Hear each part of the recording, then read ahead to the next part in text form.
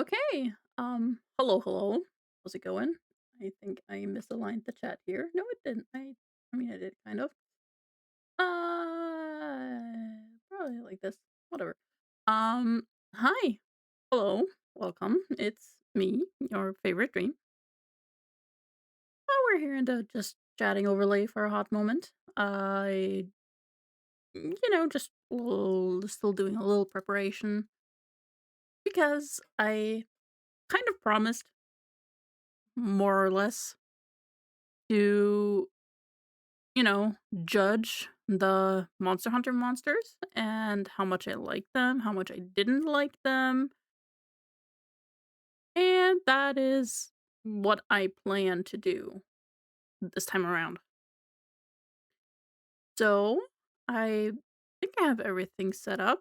I also have the Monster Hunter fandom open, the Monster Hunter wiki, so I can, check the creatures myself and see the in-game models and how they look at promotional material and everything, because right now I only have the little icons, the very fun drawn icons, and I like them.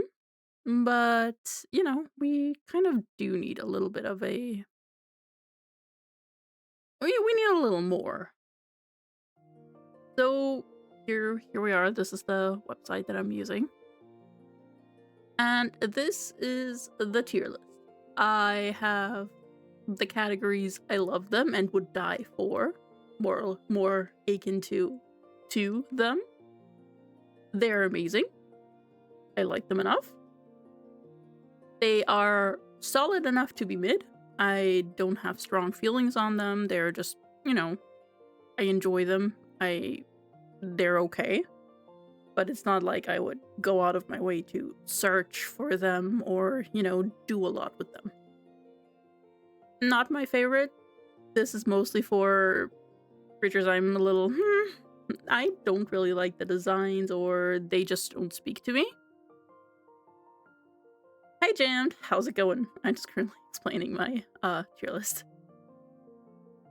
It's not a Smash tier list. I could give my personal opinion on if I would smash the monster or not, if that is, of interest, because then I can, I would love, I love them and would die for them. And smash. Let's just put it like this, because those are the ones I'm pretty sure, yeah. I was at Not My Fad. Those are like the ones that I'm just like, they're okay. It's just I'm not too keen on them. And then there's the I can't do this tier, which is probably mainly the Nursilla bunch, because they're too much like spiders. I can't do this. So yeah, that is basically what this is gonna boil down to. And as such, I have the list was already sorted for me by first appearance, which I really enjoy. I like how orderly this is. And there's also Monster Hunter Frontier, which I think is the Japanese only release monsters, basically. Because I do not know a lot of them, and they have very Japanese names. So I think those are the Japanese only releases of the monsters. But yeah, overall, number one on the list, it's Bazarios. Yes. At this point, yes. Look, sometimes I have spoken about this. I am asexual and everything, but honestly, monster fucking is aesthetic. That is an aesthetic. That is not. There is nothing sexual about us. It is just aesthetic. If that makes sense. But yeah, overall, the first is Bazarios, which, let's look at the in-game models basically that they have listed here. And I do remember it from Monster Hunter Stories. The bug eyes kind of disturbed me a little bit because in Monster Hunter Stories it has those super bug eyes. Are you sure about that? But yeah. Look, the pickle comes with war. But yeah, we'll get to the pickle eventually. Bazarios is... It's a rock. It's a living rock. It's mid for me. I don't have too strong... I don't have strong feelings on it. It's just, you know, it's a solid monster. Hey, Zan. Thank you for the lurk. I really appreciate it. And I'm sorry for what you're gonna hear in this tier list. So, Bazarios for me is solid enough to be in the mid tier because it's a rock, but it's a very distinct rock. And I do kind of like the way it looks still. I mean, yes, but that would be uncomfortable. That is an uncomfortable rock, I will be honest. Hence, mid-tier. Then we have Cephadrome, which... It's a fish. Thing? Creature? It's kind of a fish, I guess. But also those eyes... It keeps staring, it stares into your soul. That is one thing it definitely does. So, Cephadrome, for, you know, all its fishiness, it's, well, it says amphibian, but it's fish. For me, it's fish.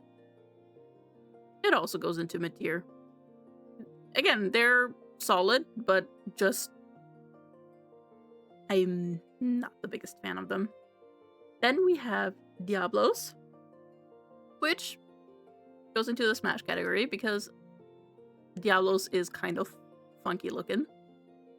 Definitely a wood, because look at this creature. Majestic. Angry.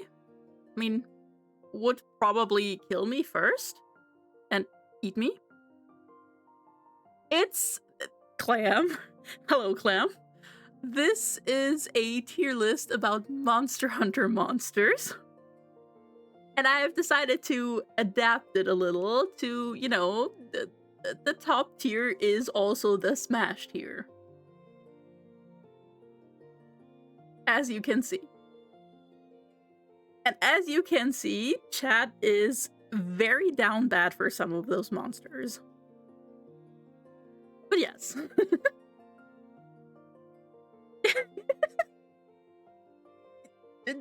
Don't sigh at me, okay? I am doing this because it's, you know, it's just in good fun. But yeah, Diablos is Smash for me because, I don't know, I really like the look of it. Even though it would probably kill me first and then eat me, just eat me. You don't know what I am, shush. I am doing this because Monster Hunter is fun. And the monsters are fun. And so yeah.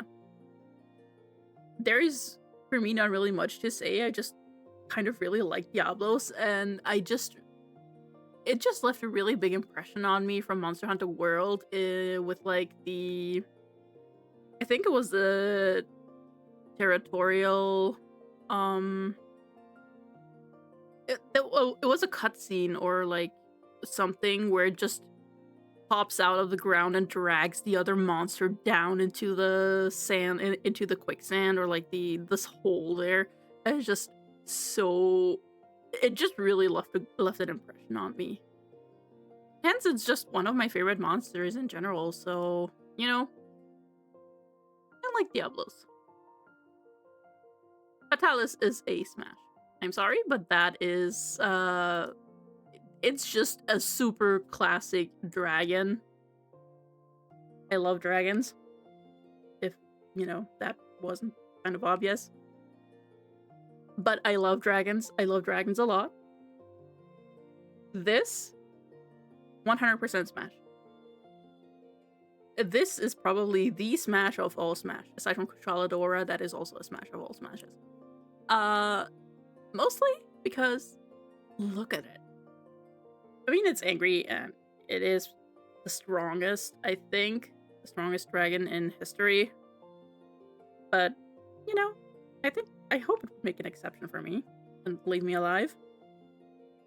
But who knows?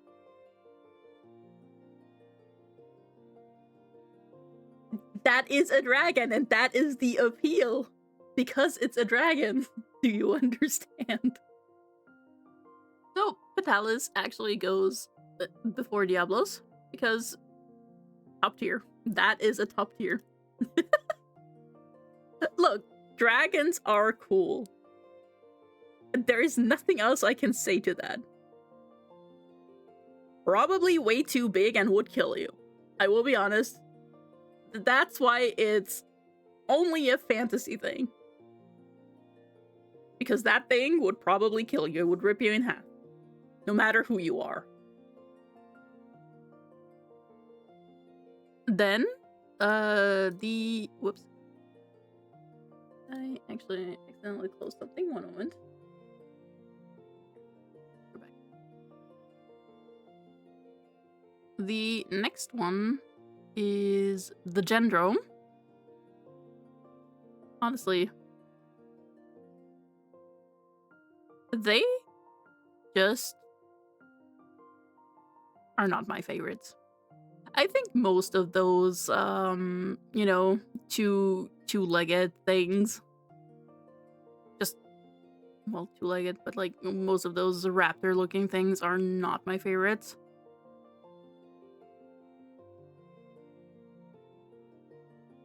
What are you going on about, bro? I don't think Fatalis can, you know, turn into a person.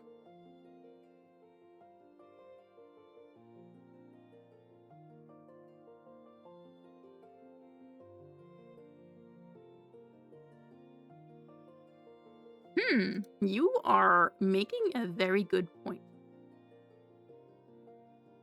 That is very interesting.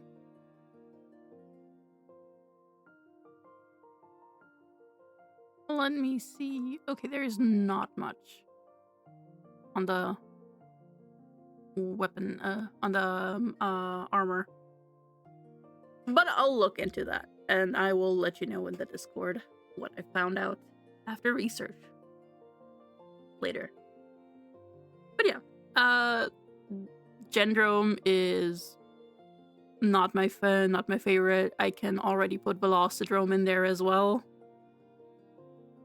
And I don't think, and Eodrome. I can put those three into not my favs. Mostly because I don't see the appeal in them. They are okay, but I usually steer clear of them. The exception kind of is in Monster Hunter Stories because I get attached to the monsters. So I will eventually replace my Velocidrome because it will fall off heavily. But for now, I'm still keeping it around. Overall though, definitely not my fav. Then our next creature is Gravios, which is kind of similar to Bazarios to me personally. So Gravios can go into the solid enough to be mid tier. The next creature is the Gypteros. And I gotta say, whatever the fuck is going on there, I do not want any part of that.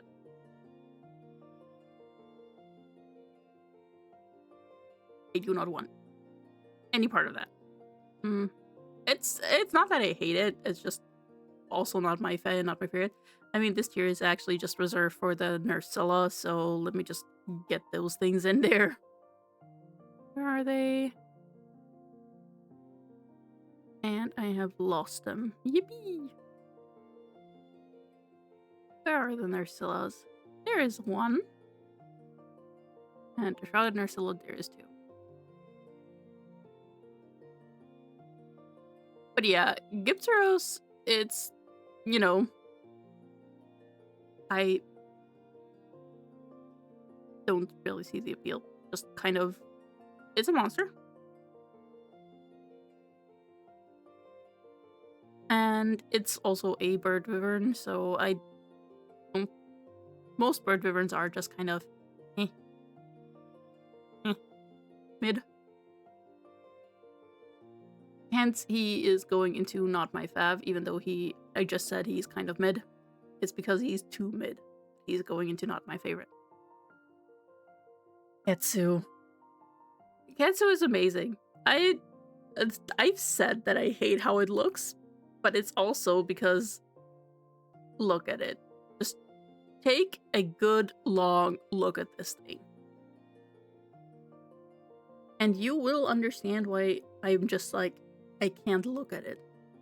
This fleshy creature with its elongating neck and everything is just questionable at best and disgusting at worst.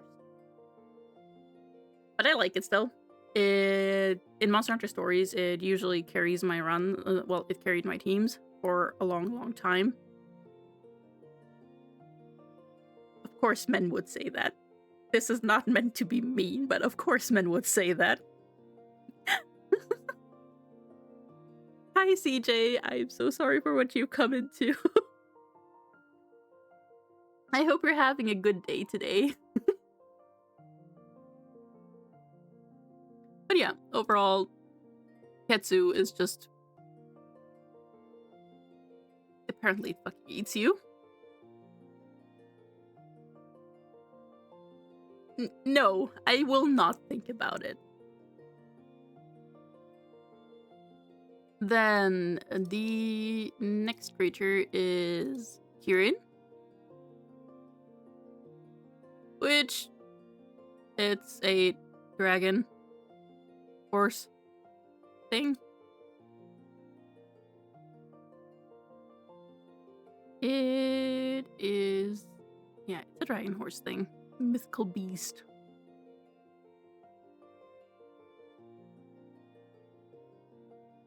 I am doing well for now. We will see how this proceeds. If this gets, you know, for me, if the whole sexualness gets too uncomfortable for me, I will, you know, let you guys know. As I have probably said a few times, sexual content is like a little bit for me most of the time. For now, it's okay, but if it gets too weird for me, I will put a lid on it real quick. Just so you guys are aware. Gonna be transparent here. But yeah. Kirin is fine. It's fine. Hi, Yutsu. I really like Kirin, aside from fighting it, because fuck this creature, honestly.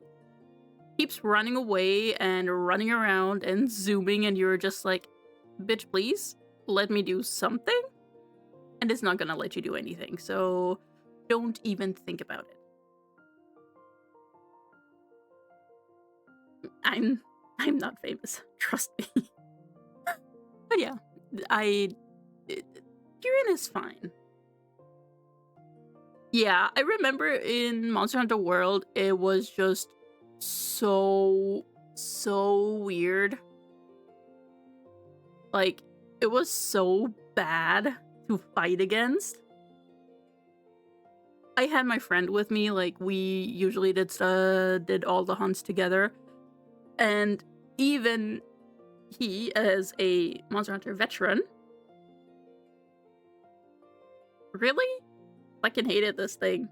Because it just kept zooming around, and like, you couldn't really get a really good window to attack, because aside from zooming around, it also did lots of AoE attacks, and like, you had to jump around and make sure to, you know, get onto a safe spot in the grid that it would create, and where the lightning came through, and you're just like, am I playing a rhythm game or what? Also, sounds good, YouTube. Just lurk and listen to the insanity. But yeah, overall, Kirin is amazing. The design is really good. It's really gorgeous when you look at it like this. But no, just the fight was atrocious. Next creature we have is Lao Shenlong. That is a lizard. That is just a lizard at this point, actually. Interesting. It's. I think. I don't. I have never fought it, so I can't speak on the fighting. But from how it looks like, fight would probably be annoying. I think aesthetically it fits the Elder Dragon vibe. Like, it definitely does look like it would hurt a bitch, and it would kill you and slap you around. But yeah, it's mostly an elementless creature. Interesting. But yeah, Lao Shenlong is pretty fire. Pretty amazing. Again, I mean that there's not much ass to slap, to be fair. Like, it's long tail and like big belly and everything, but like there's not really much of an ass to slap. You can just pet the belly. That is totally fine. That is like, that would be a 10 out of 10 probably. Like, I can just imagine the scaly, or like it doesn't really look scaly. Probably the belly is a little softer than like everything else, like the hard armored shell on the back and everything, but you know, that is something completely different. Okay, the next one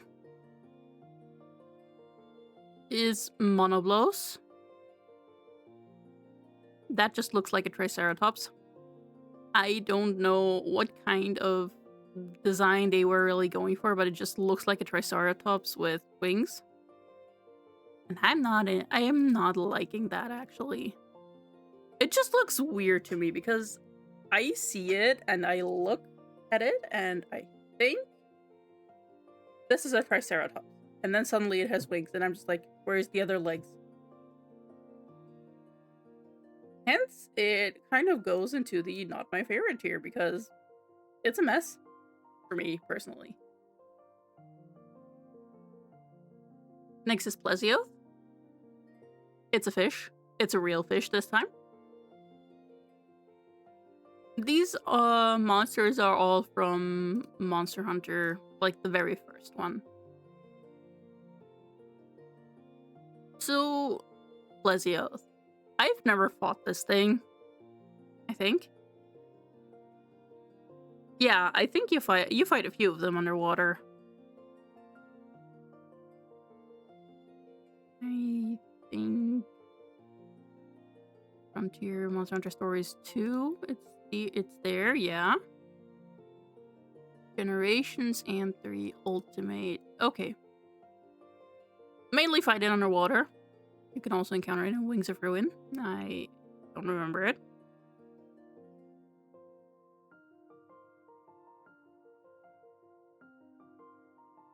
What do you mean, why is Monster Hunter 1 shaking?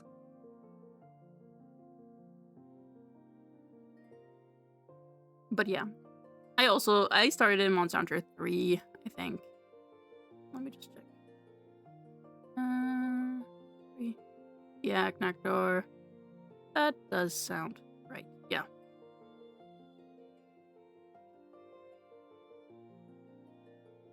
I'm looking on Twitch.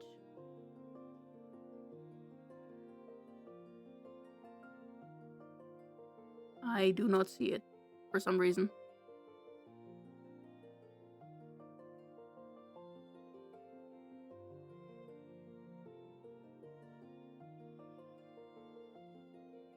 Could it be that it's like an optical illusion of some kind because it's like, you know, black on dark gray just kind of sometimes has a little bit of an illusion effect. Oh, you mean that. Yeah. That is mostly because caps lock. Whenever you write something with caps lock, it just shakes. It's like angry caps lock.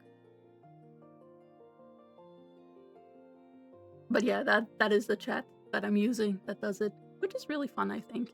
That's why I kept it in. Yes. Okay, overall, Plesio. I don't know. It's a fish. I think it's mid. It's solid enough to be mid. It's a fish.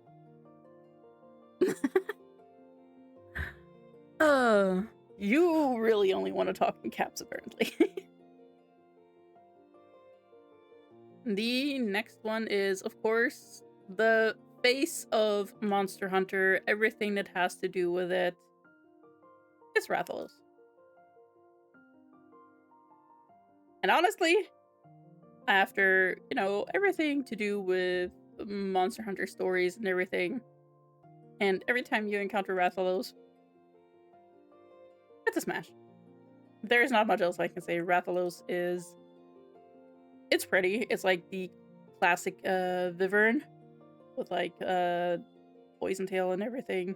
I think Rathalos has poison as well. Not only Rathian, but I could be wrong.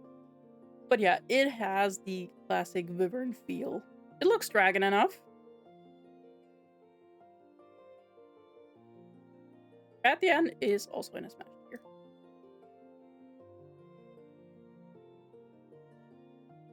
Because actually, I really like the fact that just like Rathian and Rathalos are like paired together, that just like those two always go together. Like they're basically the only species in Monster Hunter that I remember, at least, that where the male and female are very distinct from one another. And that's something I really think is fun. Like, they could do more of that. But who knows? And then, as the last one, the Yankutku. I don't know. It just... I think it looks weird. Overall.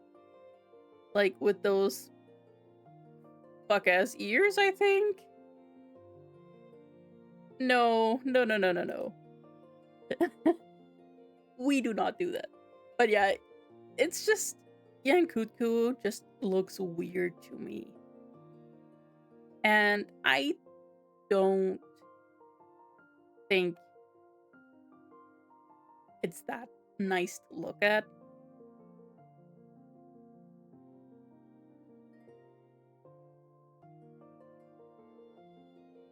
Yeah, I can imagine that he's in Wilds because, like, from the render alone, you can definitely see that this is a modern game, and in World, he wasn't in World.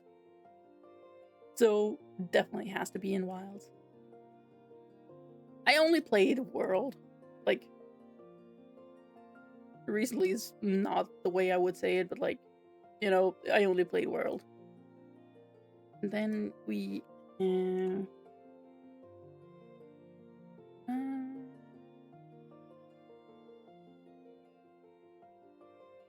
Generations Ultimate. I don't think that's what was meant.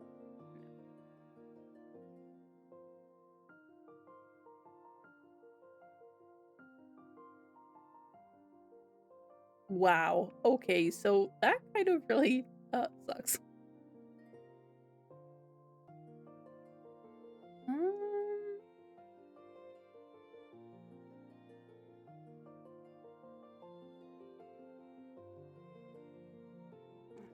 Let me check.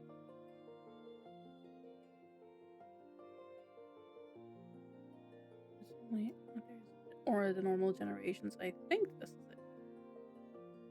Oops. Monsters. Large monsters.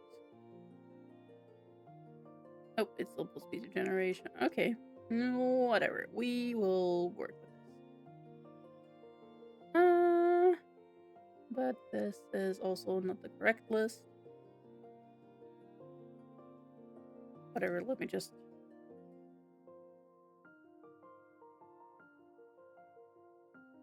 Yeah, Monster Hunter G, that's... Okay, I found it.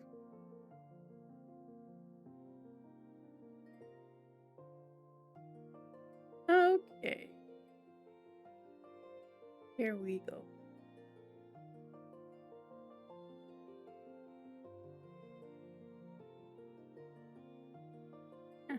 Question mark. Okay, I see. This one. I mean, similar to the... Hey Gil, how's it going? We are currently doing a tier list, and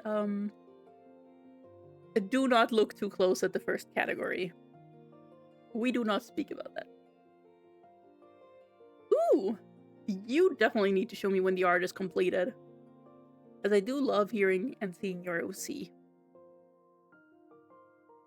Okay, so the Ashen Lao Shenlong, it's basically, you know, the red one, only in white. So, you know, big belly pats. Do not look, Gel, do not judge me for my sins.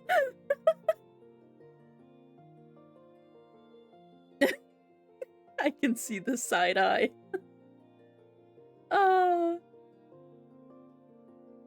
But yeah. Overall, though, I'm gonna be honest, I think just because it's blue, the Azure Rathalos goes, like, right before the normal Rathalos.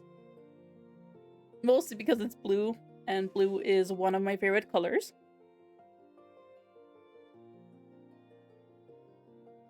And, you know, yeah, I'm just super excited for your OC, because I do like seeing art others have, and just, you know, I enjoy seeing art.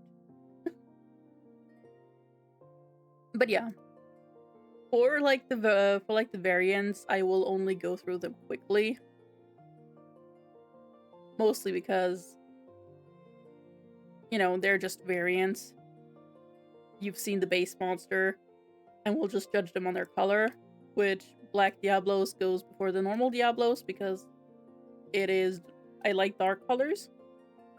And also, look at this. It looks absolutely sleek with, like, the black coloring and the red eyes.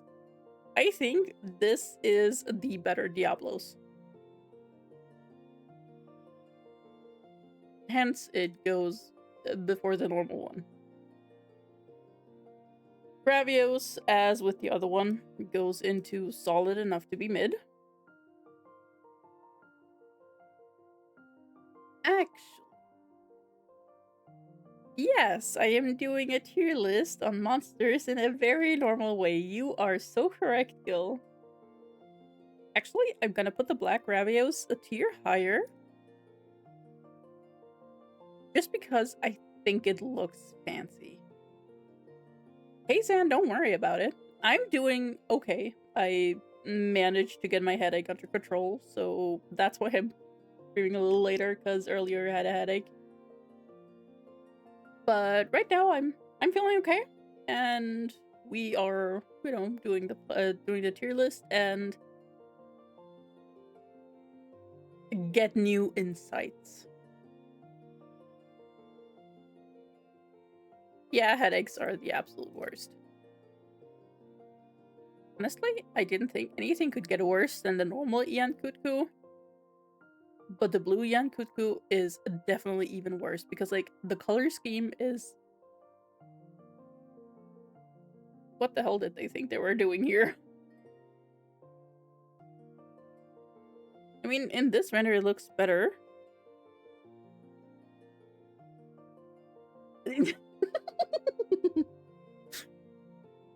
It's okay. Everything is fine. But yeah, it does look like an avatar monster, first of all. But overall, I don't know, I'm not a fan of the greenish blue, the turquoise there on the ears. I don't think I even think that the normal Yankutku is a lot better than whatever this mess is. The next is Crimson Fatalis, and I mean, there is not much else to say aside from that is a top tier monster. Because look at that silhouette, look at that form. Smash. 100% S tier, smash, whatever. This is perfect dragon for me.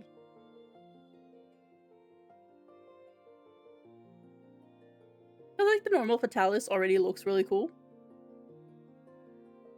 But man, with the red accent, it's so much better, in my opinion.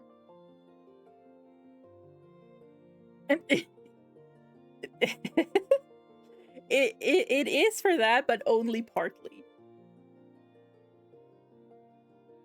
Then we have the two Rathian variants, the gold Rathian. Can't judge any other tier list on from what you're seeing here.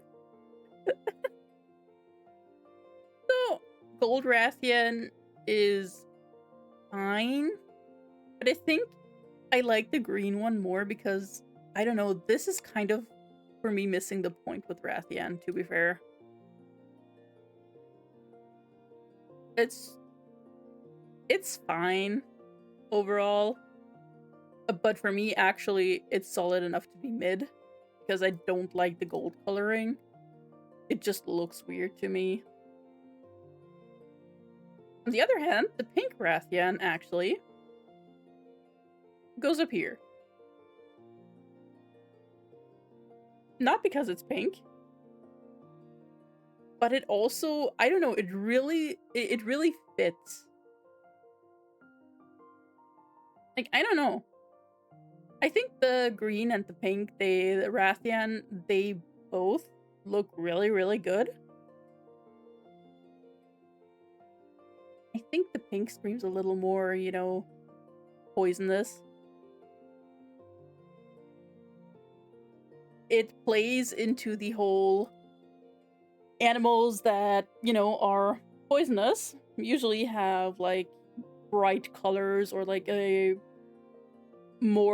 coloring that you can see more. And the green Rathian is very, you know, if you encounter it in a forest, you wouldn't really see it at first, really, mostly because it is, you know, very camouflaged. But the pink one, you see it and you think, oh shit, that thing's gonna poison me to death. And I think that's valid. It's a green fish. A green fish. Normal fish. And the green fish. I think green fish is actually a higher tier than a normal fish. The green coloring does a lot for it, I think, in my opinion. Again, this is all very biased. This is all my opinion.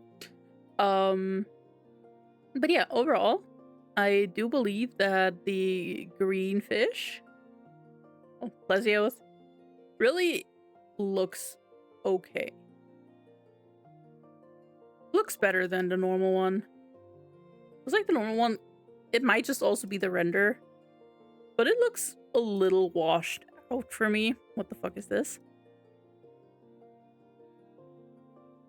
Yes, we're judging monsters, and this is a tier list so far. Appearance. And for those monsters that I have fought in Monster Hunter World or Monster Hunter 3, for those I will also do, will also pull in the judgment based on, you know, the fighting.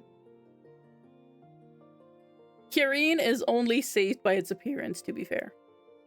The fight, atrocious in world. But overall, Gil, do not give me that side eye. Do not. But yeah. The next is the purple Gypteros.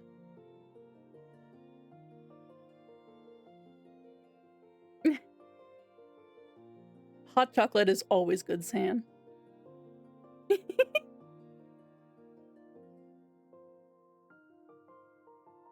Okay. I mean, look. It gives the tier list just the tiniest bit of spice, okay? And a tiny bit of spice is amazing. It's fun. It's good.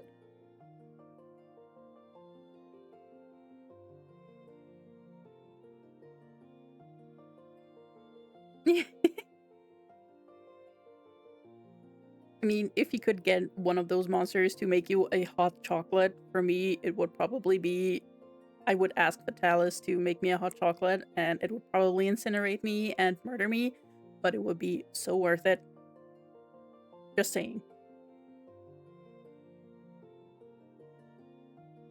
Overall, though, purple Gypteros. I don't know, it's just ugly. It's even uglier than the... No, the normal one is actually uglier than this one. Have fun lurking, Fazola, and do not question anything you hear.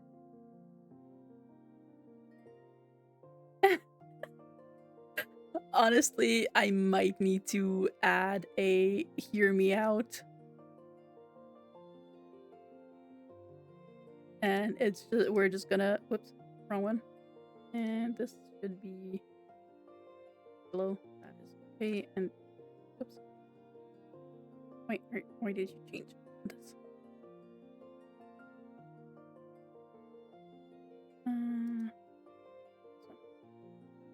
And we need a blue one for...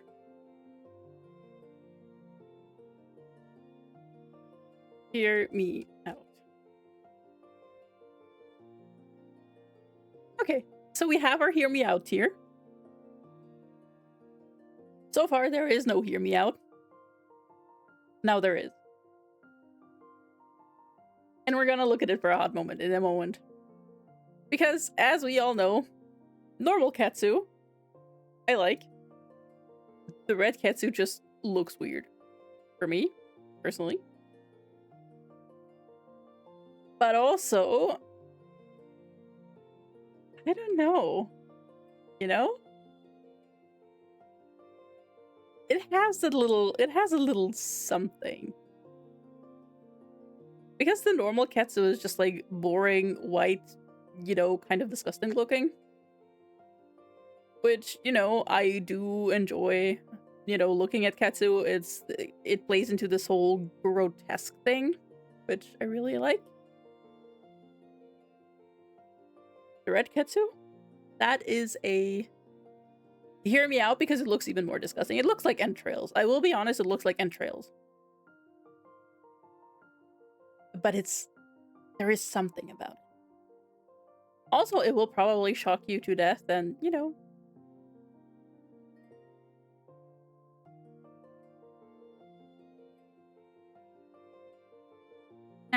You mean the big worm? Yeah, it fits into that.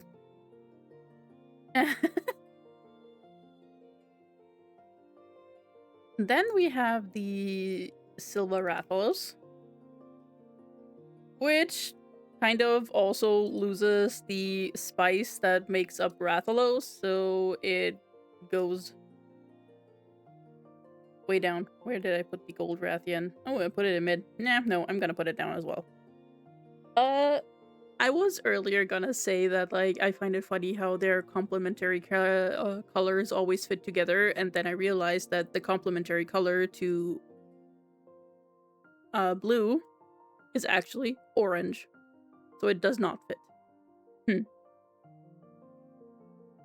So there goes my thought. Because usually it would be kind of like, gold and silver go together, red and green kind of go together, like, complementary colors. But blue and pink, I mean, they work together, they're nice together, but it's just like they're not complementary colors. That was a whole ass rant. But yeah, it's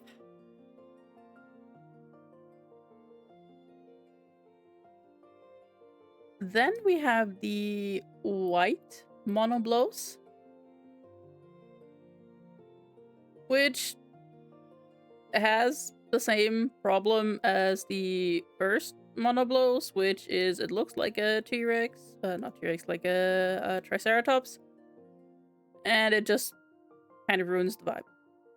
Hence, not my fav. You go into the lower tier. Don't worry about it. I will always show like the in-game renders and how they should look like in-game. And also give my impression.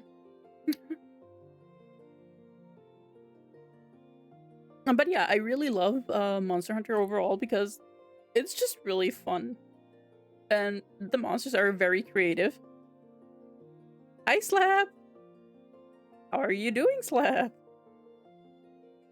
Okay, then we have a monster we're just gonna look up because that is just still one addition from a new game. The Scarred Yangaruga. There's only one render. Basically, it has like half its face missing, like an ear missing and everything. Oh my! A nappy slappy.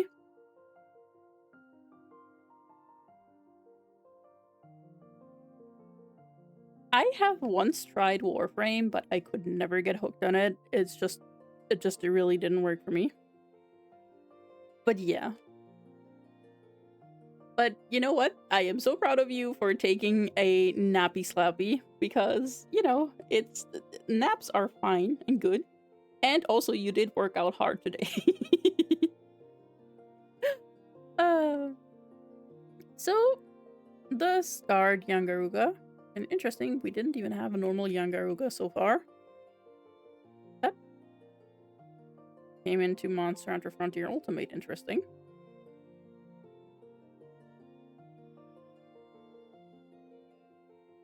Okay. It is what it is. The Scarred Yangaruga. I like the scarring enough, but overall, I like the normal one better, to be fair. The normal one, I don't know, it just fits better aesthetic-wise, because maybe it's also the render. Slap, that is not what should happen after a nap, you know? You should not fall down the stairs, or spill yogurt, or flood your bathroom. That is... How did you even do any of those things? Like, how does that work?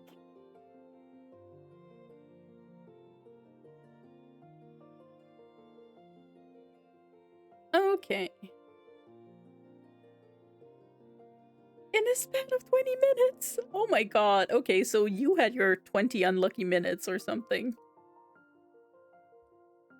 We have Monster Hunter 2.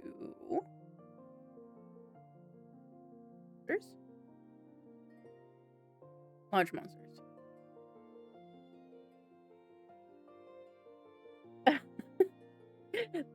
Apparently, but I hope the nap was still great.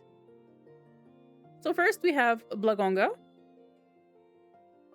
That's a monkey.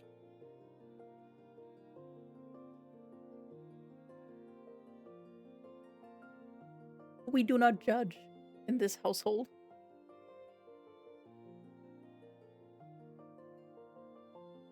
I think it looks fine. It's certainly interesting take on like what are those monkeys with like the distinct face?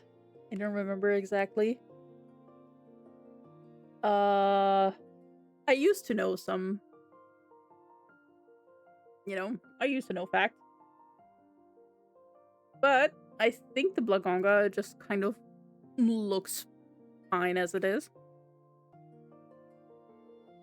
I mean, that is kind of a weird situation up there. Yeah, we need those uwoos from Slap.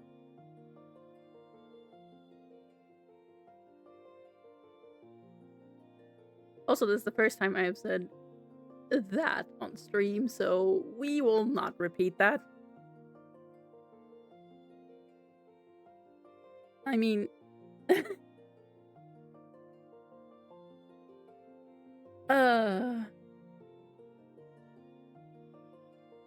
Is the whole chat gonna be, those 3 letters? Also, I do say that with my friends, and they always look at me and hate me. The UWU.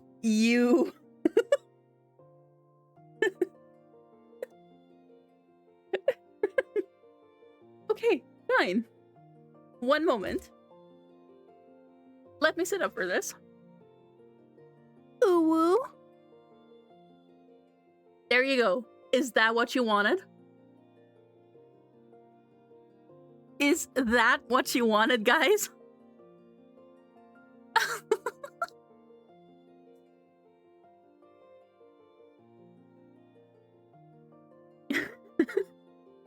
Degenerates, all of you.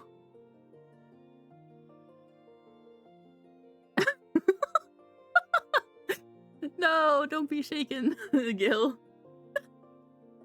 Okay, I will do it one more time, and then we're getting back to the tier list. Ooh. There you go. That's it. No more. Okay, Bulldrome. Bulldromes are, like, solid enough to... No! No! Not the clip! Not the clip! Oh, no!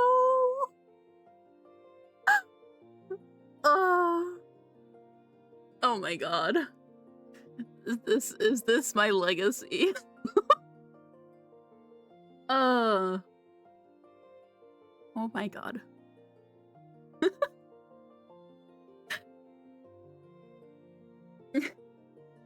Yeah, for once you're innocent. Oh my god.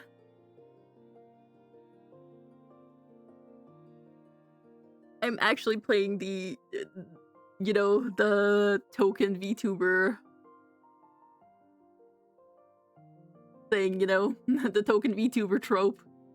The whole ooh and ara ara. That kind of thing, which I don't really do.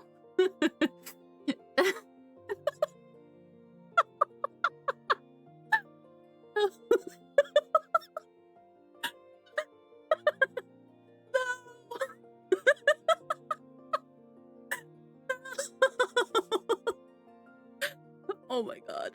Oh, I can't believe I did that live. I'm spoiling you guys.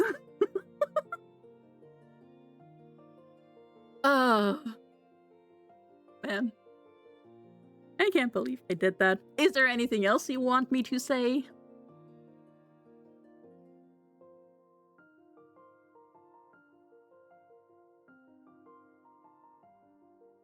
Oh my god, that will be remembered. No. Don't remember it. Please.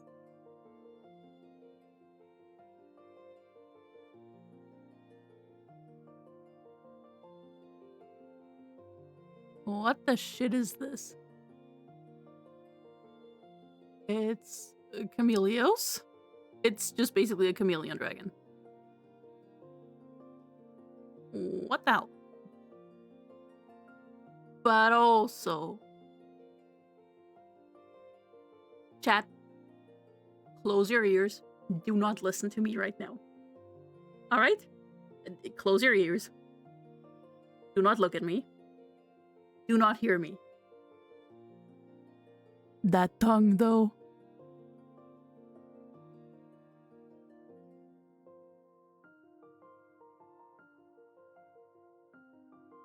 That is a solid hear me out. That is a very solid hear me out because overall it's just, you know, kind of ugly. But that tongue, though. It could probably do something. This is like a Venom situation. Do you all remember those Venom memes? Like, you know, I don't even want to quote them.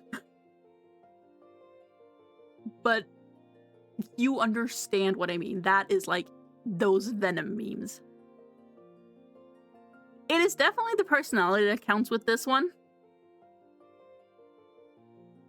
Hence, it's a hear me out. You are so right, Slap. It's got the skills in the right places. I saw that there's a twerk emote for Venom. That was actually pretty fun. I've never played Marvel Rivals, to be fair, because I am really bad at these kinds of shooters. At fast-paced shooters. But man. Okay, the next creature is the Congalala. I am going to tell you right now, this is no. No, don't get me into shooters. First of all, I'm very competitive and I cry when I, you know, don't do well. And second of all, I have tried Overwatch once and cried because everyone just kind of yelled at me.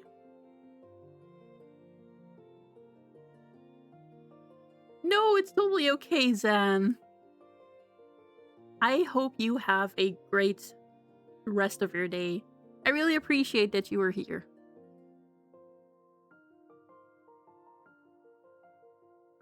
I don't think so. Like, I've also tried playing League once, and I got flamed by my teammates, and even my friend who tried to get me into League politely told me that I should never touch it again.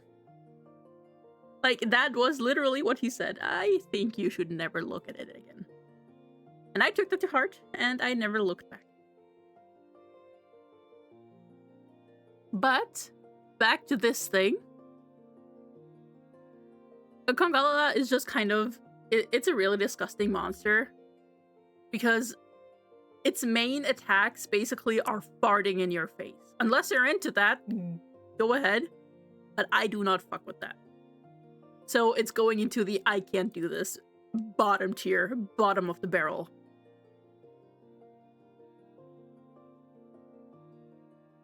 Like, this thing is just absolutely disgusting. I hate that its main thing is just farting in your face. Yeah, I know that they have him in Wild's End. It's just awful. It's absolutely awful. Yeah. No. Still no. That one thing is already a huge deal breaker. Oh no, I accidentally closed it. Sorry. The next one is Crab. This one. The Hermitaur. It's a crab. It's probably delicious. And that is its only use, but it looks kind of weird and kind of disgusting, I will be honest. So, no. Thank you. I would eat it, but I would not look at it further. From the back, it looks really cool. Like, it has a monobloss skull as a shell. Hence, it looks kind of really cool. But overall, when you look at it from the front, no. This situation is just a no. It just looks kind of disgusting.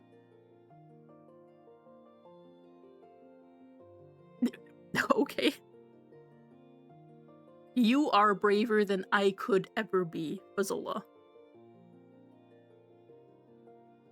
We have another big smash here with Kushala Daora, because that is, yeah, up here.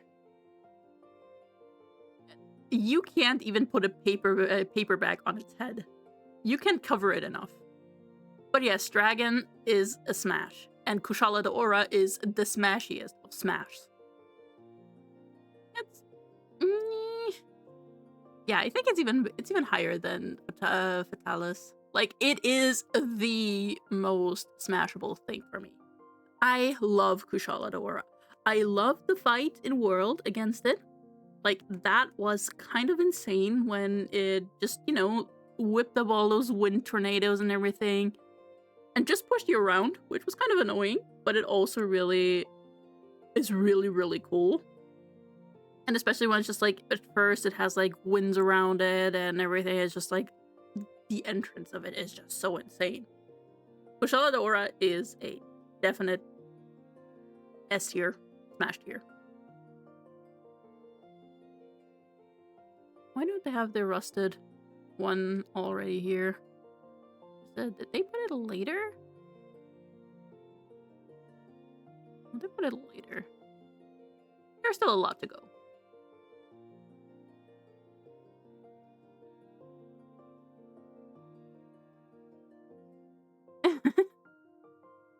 Yeah, no, I just really, really, really like Kushala Daora. Then we have Lunastra, which I think Lunastra is absolutely fucking cool back into Smash tier. No holds barred. I just think Lunastra has such huge, potential. I really, really love Lunastra. I also like Teostra, but Lunastra is still ekes out a little higher, mostly because it's blue.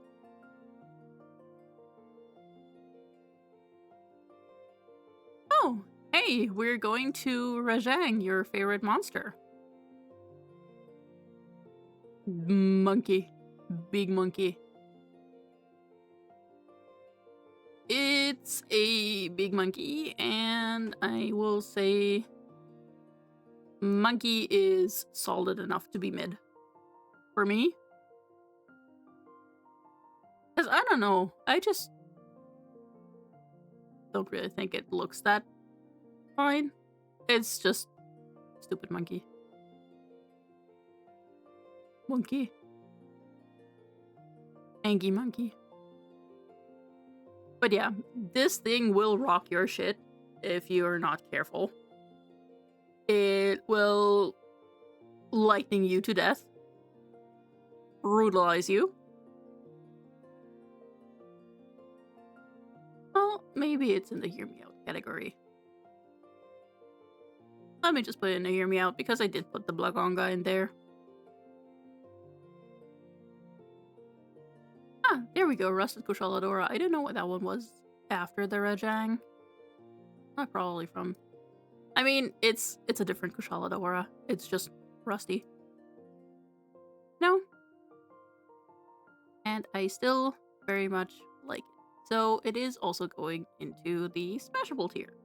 Even though I would probably get tetanus from it, let's be honest, with all the rust and everything. Definitely tetanus, is a thing. Like, I'm going to say something so questionable. Please don't listen to me. It would spread tetanus like an STD. I will be honest, that is probably the thing about it. It would spread tetanus like an STD.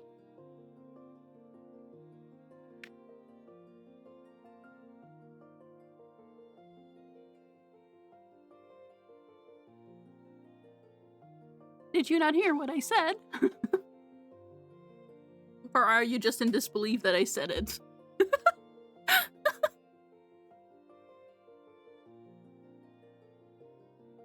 But yeah. I think that would be its whole gimmick. Just, it's completely rusted.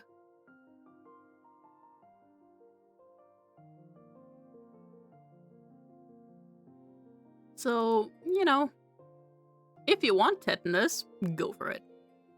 If you don't want tetanus, maybe hold off. Or get the tetanus shot first. But even then. Then we have the Shen Gao Ren. Yeah. Yeah. That is like those weird ass spider crabs, and I'm just gonna say right now, goodbye. I can't do this. We have the Shogun Sanator, which is also a stupid fucking crab. It also goes into the bottom tier. Next is Teostra, which Teostra is fine. It's very amazing. It's very solid. Probably higher than Ketsu. Ketsu's a little lower. Teostra is really, really cool, but I do like Lunastra just the tiniest bit more. I mean, they are a pair, more or less. Again, just like Rathian and Rathalos are a pair, Lunastra and Teostra are a pair, symbolizing sun and moon, more or less. But yeah, I do enjoy them a lot. I remember the fights against them. They had some really interesting and amazing AoE attacks, which I found absolutely fucking beautiful, even if they rocked your shit. You know, that is actually a really... that was a really fun thing. So Teostra and Lunastra are really good, but I just like Lunastra just a little tiniest bit better. And then we... I mean, the white Fatalis, it's a Fatalis variant. I just... smash. But it's lower than the standard Fatalis, to be fair.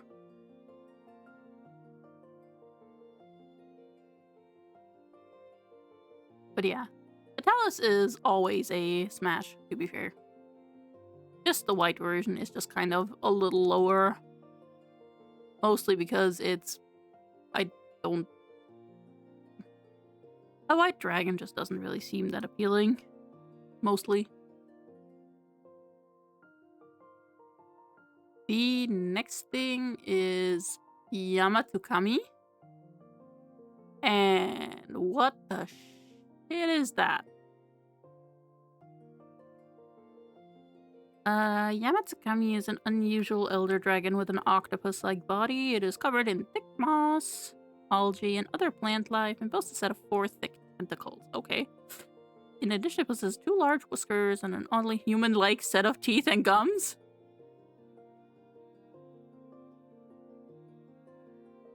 Oh god.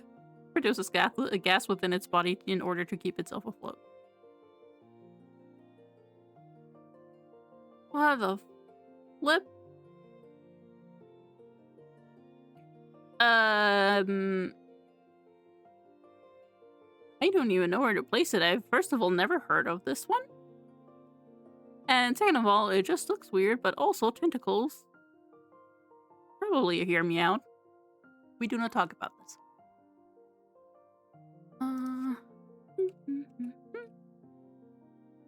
Monster Hunter Freedom 2.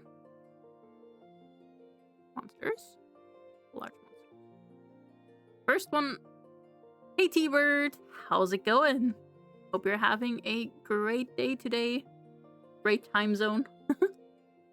We are judging monsters in Monster Hunter, and not at all questionable. Trust me, it's not at all questionable.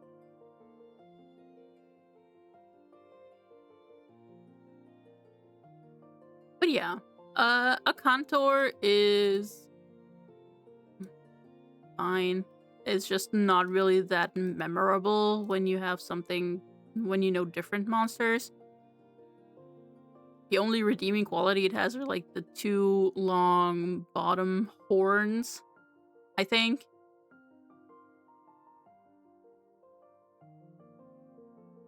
But even then, it's just mid. There is not much more to say than it's mid. Next one is the Geodrome. It's just the Velocidrome, just ice. Hence, you go into this tier with all the other ones. All the other Bird so far, and Monoblos. Ooh, next is Tigrex. And I will tell you right now, smash. No holds barred. It's even above the Diablos, to be fair. Tigrex is really cool.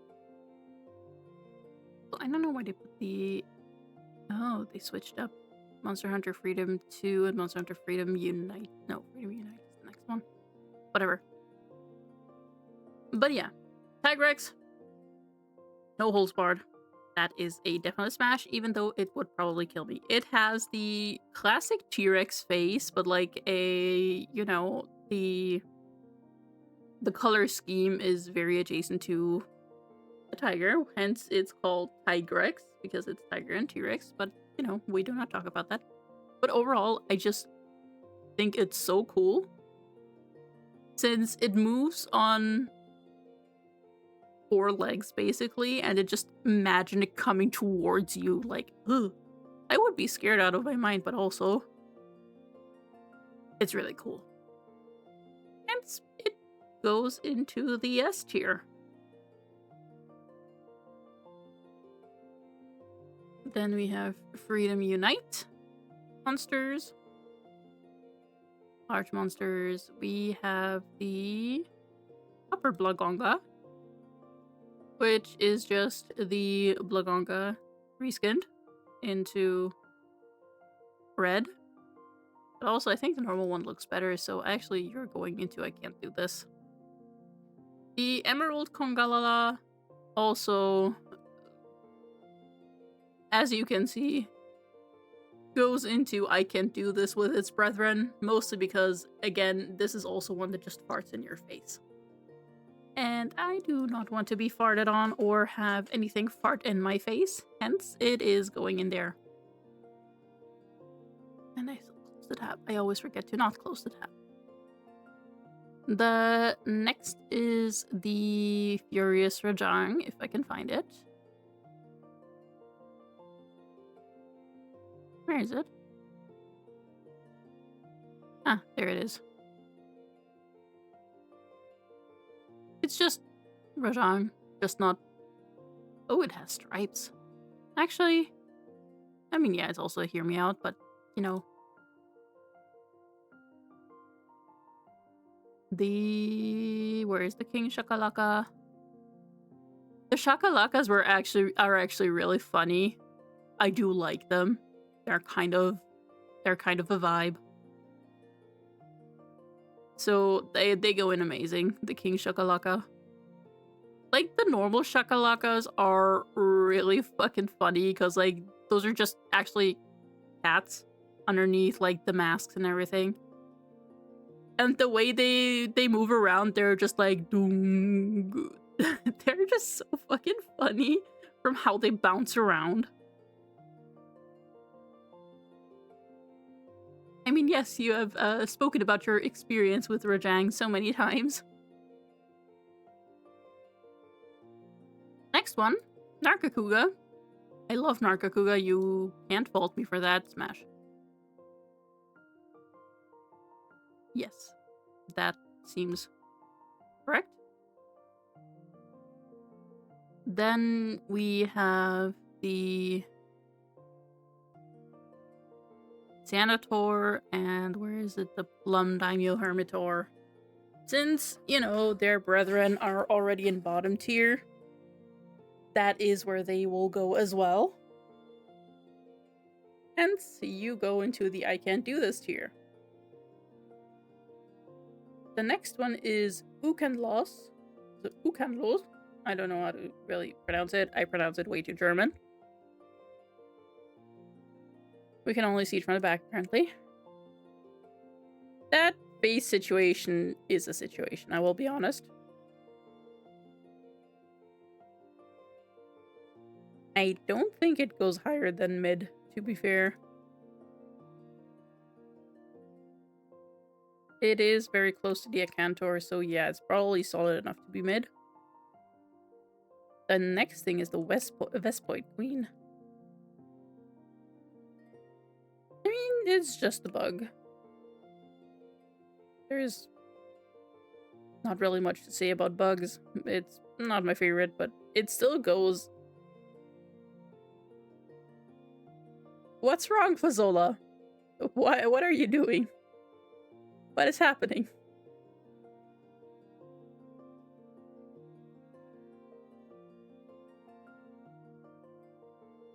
So, this is where I was saying, like, the scarred Yangaruga is just kind of mid.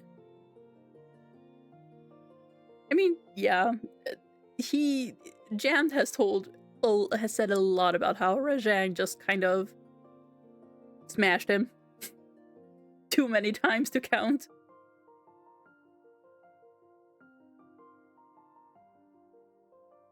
The normal Yangaruga I actually like more. It's an amazing one. Also, I hate it still because it just, ruined me in Monster Hunter Stories. It's just such a difficulty jump. It's insane. But still, it is good. It is very amazing, actually. I really like it. I think that was everything for Freedom Unite. Yippee! We are getting into monsters that I do know more.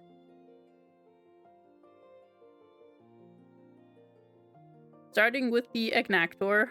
Agnactor is such a vibe. I love this thing. It's so cool. Smash. Not much else to be said. It just looks... I really like everything about it. It just would melt you before you could get anywhere with it. And even with a hazard suit and everything, it would just probably melt through it. It's just like lava. Everything about it is lava. The Agnactor is lava. But man, I would lose that game. Hence, I do enjoy this creature. And will definitely smash. Ooh, the next one is Alatreon.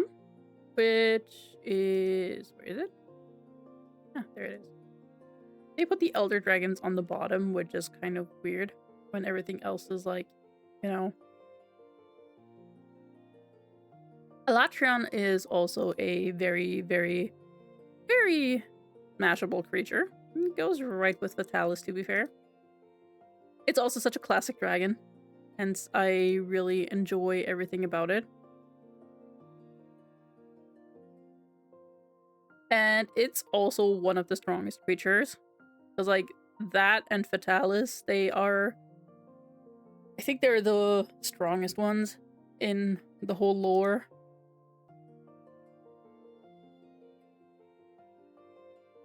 Yeah, it also has like 3 different modes, I remember, because like I found a Monster Hunter homebrew book, homebrew for Dungeons and Dragons, and I picked an Alatreon out of it, and I buffed it a little because the server I was GMing for, most of the characters there are like already level 20. This is supposed to be a level 20 fight, but to make it deadly, you kind of have to compete with like min-maxing people. Hence, I had to max the fuck out of this thing. And the people still talk about it with trauma to this day, because at the end, when like nothing is broken, like I also include like a break mechanic, but like no one really, they all just started wailing on it without like saying if they're targeting something specific. Hence, by the end, it just flew up high and then came down and did like, what was it, 60 d6 of damage, which averaged out, which I rolled out to like, what was it, 260 damage or something in a 600 feet radius. So it just devastated everything. No one got away aside from one person who had managed to cast Blink. And in that moment where it landed, it fucked up everything aside from that one person because they were blinked out of range. So like they were in the astral dimension, the astral plane, and they escaped the AoE of Doom. And people still talk about my Elatrian fight, you know, with trauma, because it was, they thought they were so into it. Like, it was high stakes. It was like 6 level 20 characters. One of them had like 30 HP left when he came back from Blink and killed the dragon. It was so cool, and you know, people still talked about it. I just enjoyed it really much, very, very much. But yeah, Elatrion, it's a definite smash. Then we have the Barioth, which is like a saber-toothed tiger, which I think it's really cute. I love it. So we go into Smash. I just imagine how soft and fluffy it is. Like, look at this fur right here. Like, it would surely be super soft and fluffy. Just imagine snuggling with it. What is this charge? Damage. But yeah, it's just so cute. I love it. Barioth is one of my favorites, and this is the Frostfang Barioth. This is like the a variant of it, which should be somewhere in the list as well. I just don't know where it showed up first. Where is the Frostfang? There it is. Frostfang Barioth. Which we are going to also put into Smash tier, even higher, because I just like the whole vibe of it a little more than the standard one. The other one looks a little bit sandy, but this one definitely looks like it would blend into a snow area a lot more. The next one is the Barroth, which I don't like the whole mud aspect of it, but I do kind of like how it looks. So it's going into the amazing tier. And we're gonna put it higher than Ketsu even. Because I do think it has this, like, kind of brutal look to it. It would definitely rock your shit. Like, it will charge you, it will smash you into paste. So I think it's an amazing monster. The next one is one I've actually been really excited about to talk about. It's Theodois. It's a Elder Dragon. It's never appeared ever again, aside from, you know, Monster Hunter 3. But the music theme of Theodois is really, really good. Let me see on YouTube if I can find it.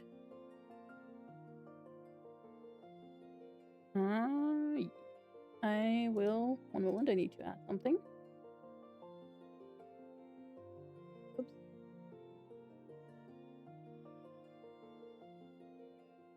Okay.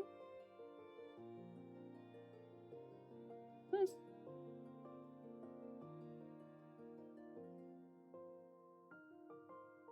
I'm also gonna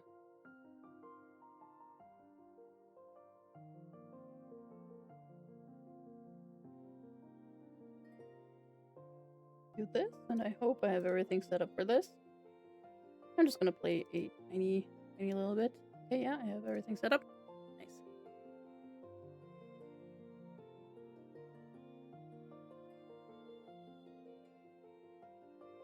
Just gonna mute the other one.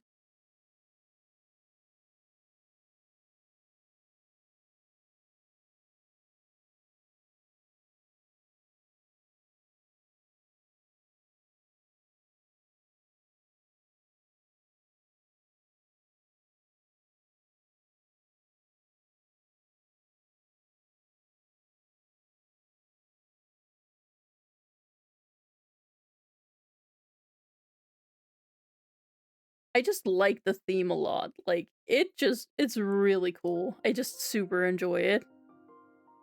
Like, this is a banger theme. Yes, that is a certified smash.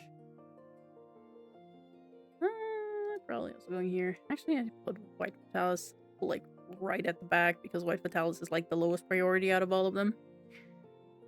But yeah, Theodois is a smash. I just really, really, really like the theme as well. My friend showed it to me. He said when he played it, fighting against it was ass because it's an underwater fight. And way back when the underwater fights weren't that great. But the theme and the background, like the music just made the fight so good. That's why I just really, I really liked it. I really like it because of its theme. Overall, though, it doesn't look too bad. I wish we could get some more underwater fights again, but I also know how controversial they are nowadays. Or, well, how people think that no good underwater levels can be made. I still wish that this one would just have, another appearance. Because it's only appeared in Monster Hunter 3 and Monster Hunter 3 Ultimate, and that was it. Like, it never appeared again, and that just kind of makes me sad. Because it has so much potential. It looks so cool. I love it. Okay. Next one is Pickle. It's a Devilio. Deviljo, I don't know how to really say it. I say Devilio. It's Big Pickle, and Big Pickle is smash. Mostly, I just really loved its introduction in Monster Hunter World. Like, the way it smashed through the forest and then just gobbled up everything in its path. It's like super voracious creature. Pickle is super great. I also really like it in like Monster Hunter stories. Like, if you get Pickle, it's a top tier monster. It really is amazing because like I think in Monster Hunter stories it has self-healing capabilities. Don't quote me on that, but I remember it having, self-healing abilities if it does a certain threshold of damage, I think, or like uses a special attack or something. But yeah, Pickle, I mean, it has its nickname Pickle mostly because of how it looks. It just looks like a fucking pickle. Yeah, but it's usually that dragon counters dragon, to be fair. Most of the dragon types in Monster Hunter, they usually also kind of have dragon weakness a little bit. It's like a Pokemon situation where dragon versus dragon is just, murder. Also weak to thunder. Yeah, no, it is super funny. But yeah, Pickle, certified banger. Ooh, next we get to Geekynox. Geekynox is like Ketsu adjacent, only that it just like looks a little weirder. Mostly due to the fact that I think it's... You can't see it here. No, wait, it has two openings, so like... I'm just gonna say it has one hole that goes from front to back. You could probably crawl through its everything and just come out on back. Geekynox is a certified hear me out.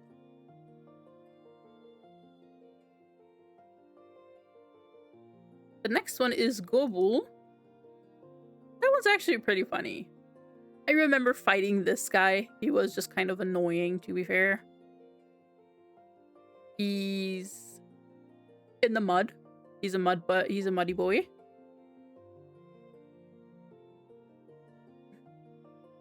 I think I'm gonna put Gobul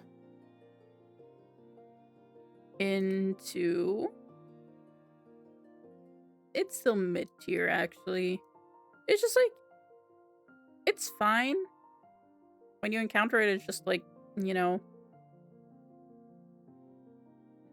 kind of weird to fight against, mostly because it goes into the mud real quick and just like swims around in there, comes up, hits you a few times, goes back down. That is what I remember, at least. I mean, it's been a few years since I played Monster Hunter 3 Ultimate. But Monster Hunter 3. And it never appears again as well, which is also kind of sad. Because Gobul is really fun. Like, a lot of monsters from Monster Hunter 3, or like, I say a lot, but like, there were a lot of iconic monsters in Monster Hunter 3 and Monster Hunter 3 Ultimate. But two of my favorites kind of really didn't make it anywhere else. Like, Seadois. Well, I just said Gobul is not one of my favorites, which it isn't. But like, interesting ones. Two of the interesting ones kind of never made it anywhere else. Like, the Royal Ludroth made it everywhere. Like, it's basically the second poster child next to Rathalos, to be fair. That made it everywhere. But everything else just... I just feel bad. Because I do like water levels, but I wish, you know, they'd do more with water creatures, which they apparently just kind of don't do. Because, like, even Legiacris, they just put it on land and it's just like, that's it. That's all they really do.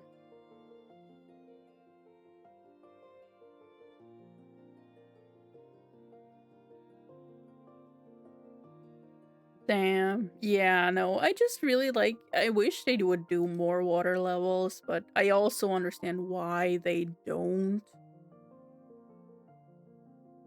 Sadly, it is what it is. The next thing is the Great Baggy. This thing is fine. It's just mid. But the Great Jaggy, that is a whole different beast, because I actually like the big one, the Big Jaggy. It also sounds like a fuck-ass stupid monster. Like, let me pull up YouTube again, maybe I can find it. Great Yagi roar.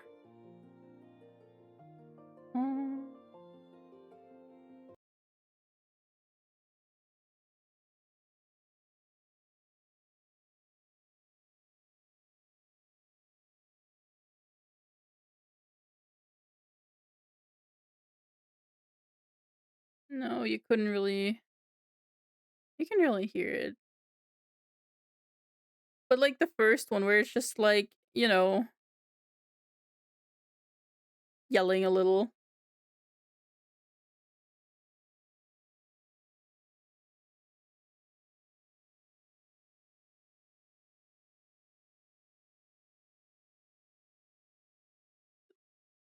This one, it just sounds so fucking stupid. Because you'd expect something more substantial of a roar. And then you just get like this seal noise. It's just so fucking stupid and I love it. So, Great Yagi and Great Baggy, they're kind of fun. They're just stupid. Next one is the Legiacris. I gotta do the Enmarons in a second. Smash. No holds barred. Smash. I love Legiacris. I don't know, it was one of the first monsters that I really, really, really, really liked.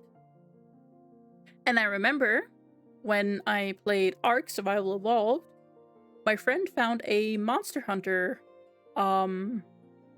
mod, which put in some of the monsters from Monster Hunter, and there was Legiacris as well. You can't imagine the way that I immediately tamed one and, you know, swam around with it. Especially like underwater, it's super, super duper fun. Mostly because it can just shock everything in its vicinity, which is really, really cool as well. I just like it. And I know that, like, it exists in a lot of games as well. It's, like, also one of the favorites, to be fair. Oh, it's also in Wild. One reason for me to play Monster Hunter Wild at some point. But yeah, the Lagiacrus is also one of my favs, so smash. Then Yanmaran. Yeah, it's this thing. I remember.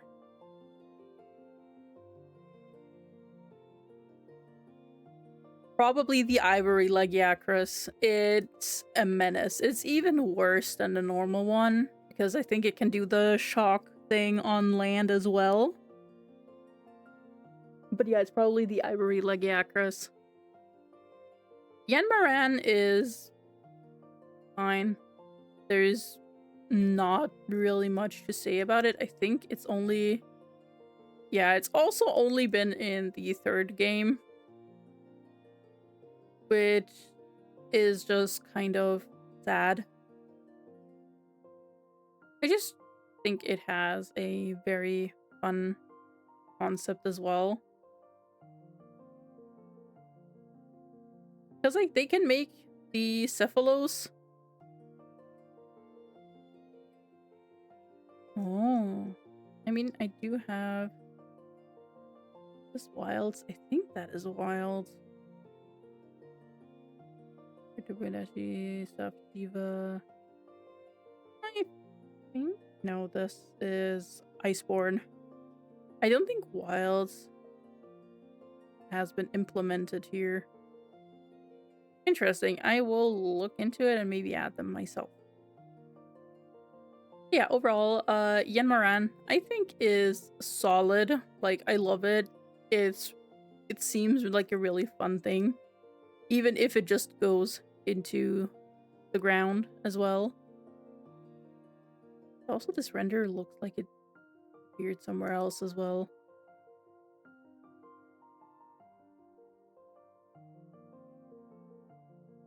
Monster Hunter 3, Monster Hunter 3rd, and Monster Hunter Ultimate. Yeah, no. Okay. There's really only those ones.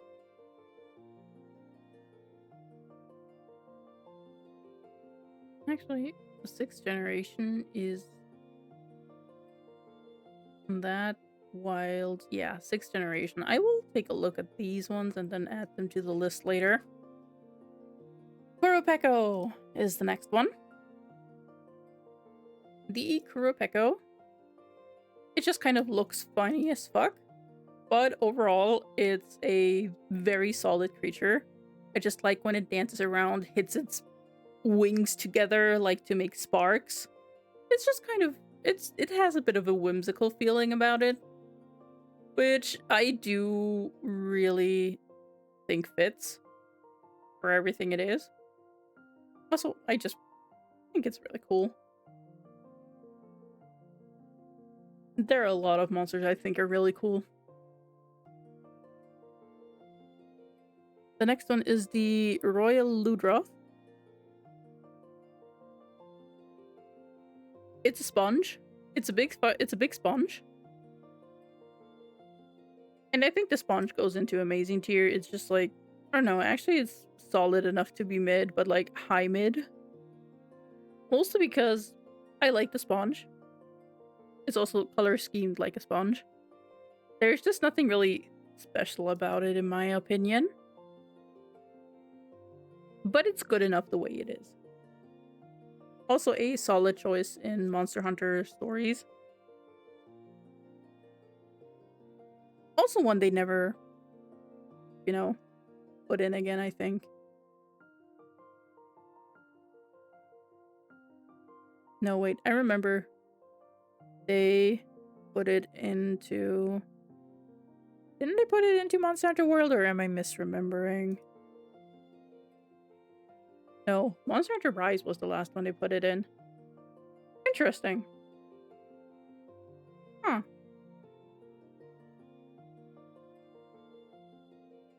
No, they put it there. That was a different one in Monster Hunter world.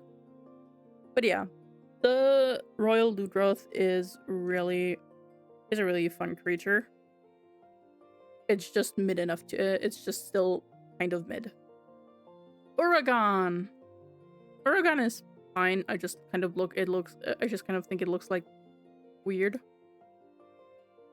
Hence it is going into the bottom of the amazing tier because I do actually enjoy it. But not that much.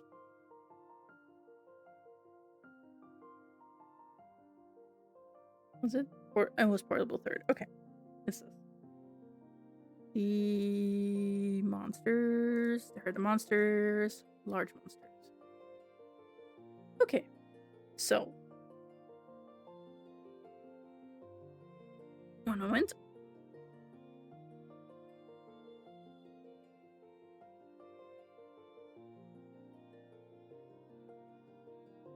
Okay. The first one is Amatsu. It's one of the Elder Dragons. Come on, open. It looks interesting. It's a Leviathan creature, kind of. It's an Elder Dragon. It's an Elder Dragon Leviathan. I think that was its only appearance. Basically. Yeah, for the main series, Sunbreak, but Generations Ultimate. But I think Amatsu kind of looks fine. It's probably closer to mid-tier for me. Gotta put it in high mid. The next one is the Zoros, which is it's bear. It's a bear.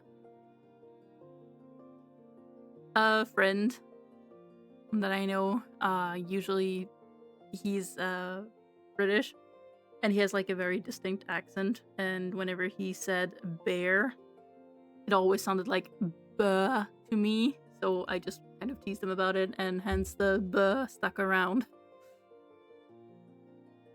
But yeah, Zoros is mid. It's a bear. There's not much I actually think I can say about it. It's just mid. That is all I can say. Very mid, but still okay. The next one is the Baleful Giginox.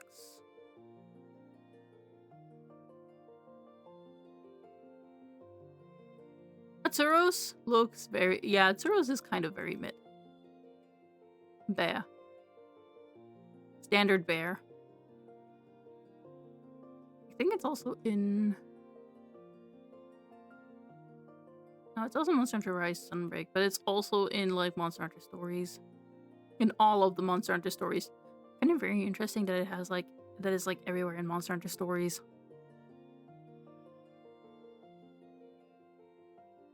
And yeah, they are kind of funny. Then the next one is the Baleful Giginox, which is, you know, similar to its Giginox brethren, goes into the Hear Me Out tier.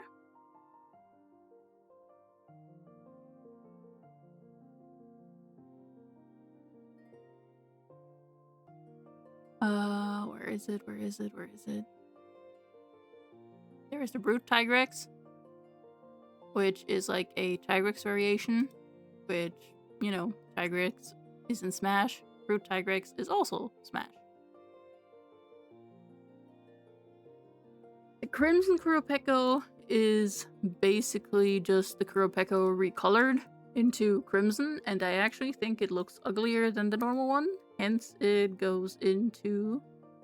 Actually, the Not My Fav tier, because, like, the OG looks a lot better than the recolor, in my opinion. Duramboros was a funny one, I think. Yeah, I remember this. It's a kind of fuck-ass creature. Like, it's interesting. I know it from Monster Hunter Stories 2. Yeah, in Monster Hunter Stories 2, it appears. It's actually really interesting. like the design with it being basically a mossy rock type creature, but still kind of mid. Glacial Agnactor goes with the other Agnactor into Smash. Because, you know, it looks really cool. I just love Agnactor overall. So any Agnactor is smashable. Then the Great Roggy. It's also a kind of fuck-ass creature like the Great Yagi. Just looks kind of weird. I don't know. I'm definitely not a fan of this one. I think it goes into the low tier for me. Mostly just because of, like, the inflatable neck that it has. Then we have the green Nargacuga, which, you know, it goes with the other Nargacuga into the Smash tier. The Jade Barroth is, I think, the ice variant of the Barroth, which it just still looks like the normal Barroth. Hence, we're putting it in the amazing tier.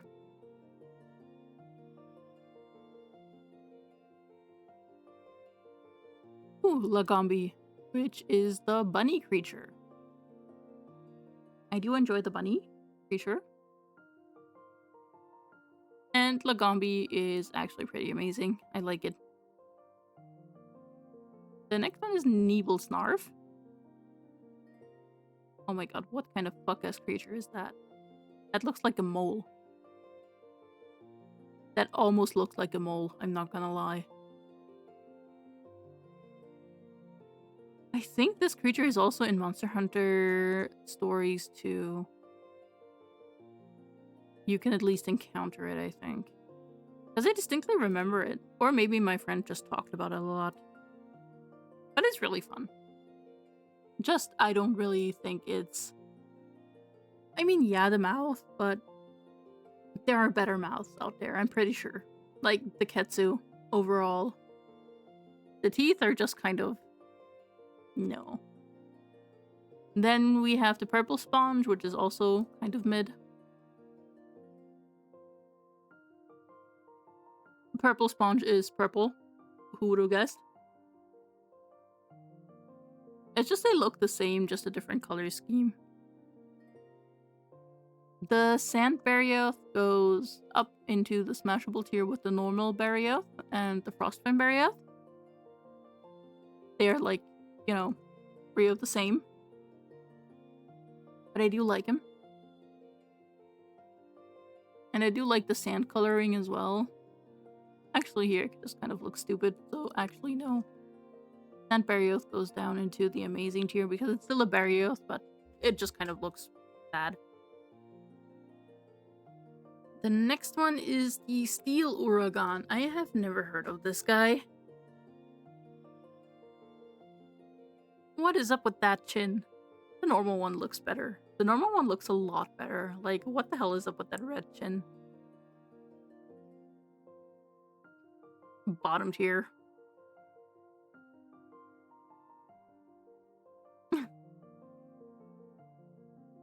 Yeah, I just don't think I like him that much.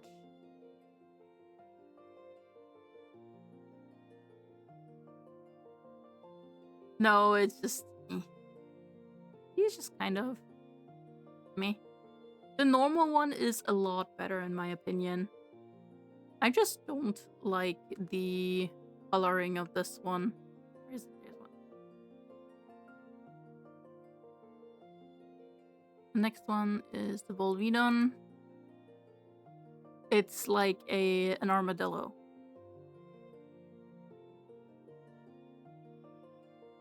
No. Just no. Ooh, Zinogre. Zinogre is also a certified smash.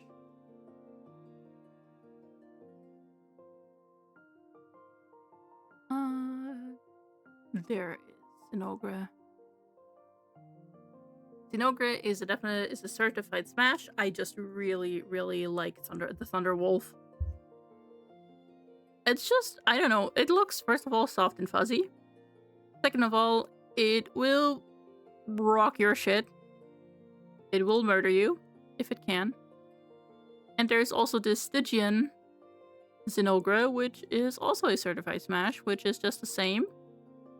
Only recolored to black and red, which gives it a more terrifying appearance, which is also really cool.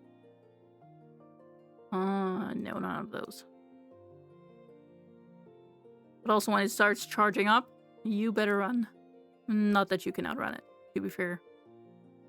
There. Stygian Zinogre is just so much more terrifying with its black and red. I just enjoy it. I just really like it. Ooh, the Abyssal Lagiacrus is the next one. That's Monster Hunter 3 Ultimate.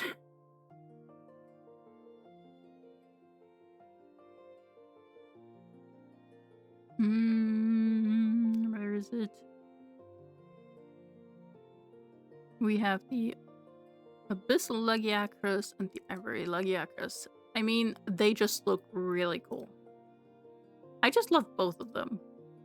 The Abyssal one is probably even more my favorite because it's just, I like dark colors. So where is my standard Lagiacrus? It goes above it, and the Ivory Lagiacrus goes below it. I can't say anything about their fights, though.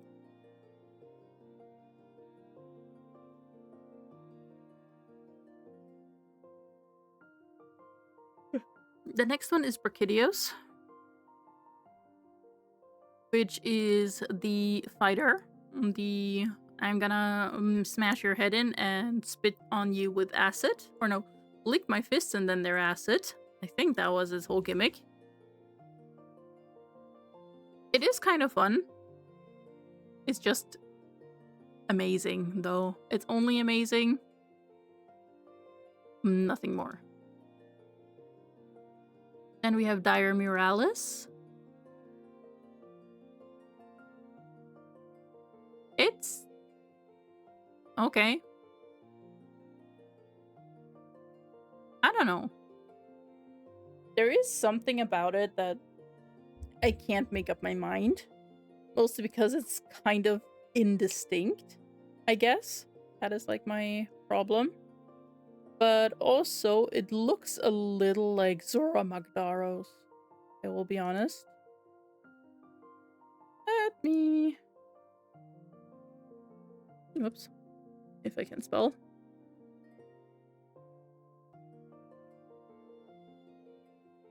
Yeah, it just kind of looks a little bit like Zora Magdaros, just a little more on fire.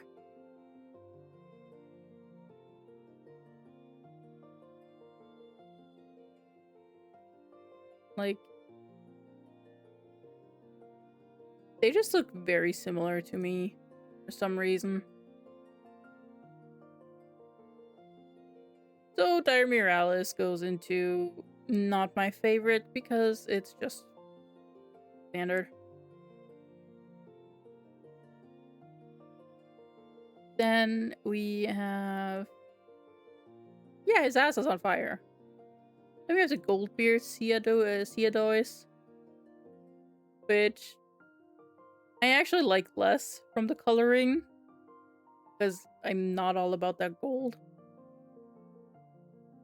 Hence why...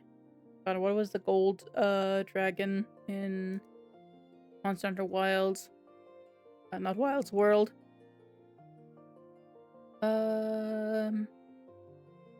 Pulvitaro, yeah. Then standard Yenmoran, a hallowed Yenmoran goes also into amazing tier. Where is it? There is it. It's just the coloring is really cool on it. Even though it's basically the same as the standard Yenmoran. It actually goes above the Yenmoran because its coloring is better. Lucent Nargacuga. I have never heard of this one. Ooh. I think all Nargacugas can go into the smashable tier. You can actually go ahead of the first one. Then we have the Rust Ramboros. Same situation as the first one. It's just kind of not that good. Just mid. And Savage Pickle goes into Smash. Because the Savage Pickle is savage. Where is it? There it is. It's just an angry pickle. You can't go wrong with an angry pickle. To be fair. Then we are in Monster Hunter 4.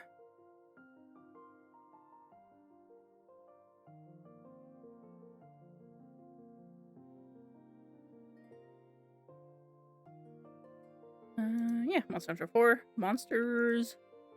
Angry and starving and will kill you on sight. Will gobble you up on sight. Yeah, that type of pickle would eat a lot more. We have Darren Moran, which is just kind of very similar to the Yen Moran, to be fair. They are, you know, from the Moran. It's relative of Yen Moran. I'm not about this, to be fair, so it's just gonna be in mid-tier, below its cousins. Dalamadur is actually one that I am going to tell you is a smash. The reason being, I just really like Dalamadur's appearance. Like, it's just a huge fucking snake. Like, I think it's like one of the largest monsters, which with like it's huge. That's a lot of numbers. It's like 440 meters long. Like, that creature is humongous. It is huge. But also, it's just like, it kind of plays into this whole thing of like megalophobia, I guess. Like, the fear of insanely huge things. Like, imagine you're standing right when this thing comes up. Like, you look up and it's so huge, you can barely see anything aside from this monster. That's 440 meters of monster. Like, just imagine it, the terror you would feel. I just so enjoy the idea of Dalamadur. It's just super, I just find it super interesting. Because the other funny thing about this is, I remember my friend telling me about it. The fight on this one, you don't fight the whole thing. It's too big. You fight it in like stages. You fight the claws, you fight the wings, and then you fight the head. And you have to keep traveling because like it is that huge. So Dalamadur is a certified smash. Right here with the pickle.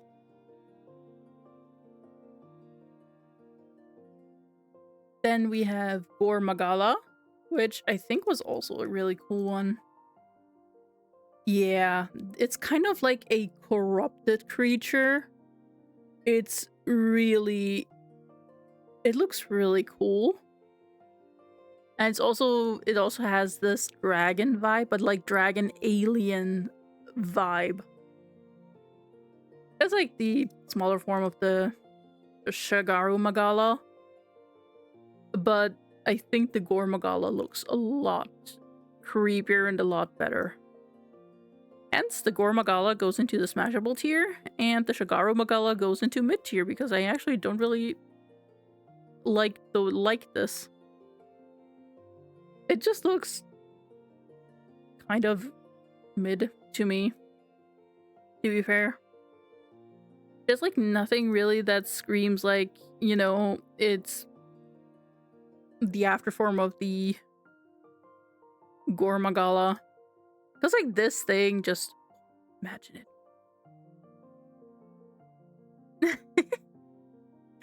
Good night, YOLO. I hope you have a great sleep.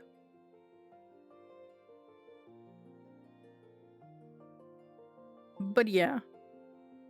It is in Monster Hunter Wilds. Ooh. It is in Monster Hunter Wilds. I mean, that is kind of something that I would probably encounter, and I do really think that Gore Magala looks cool. I don't know. It just has something special for me.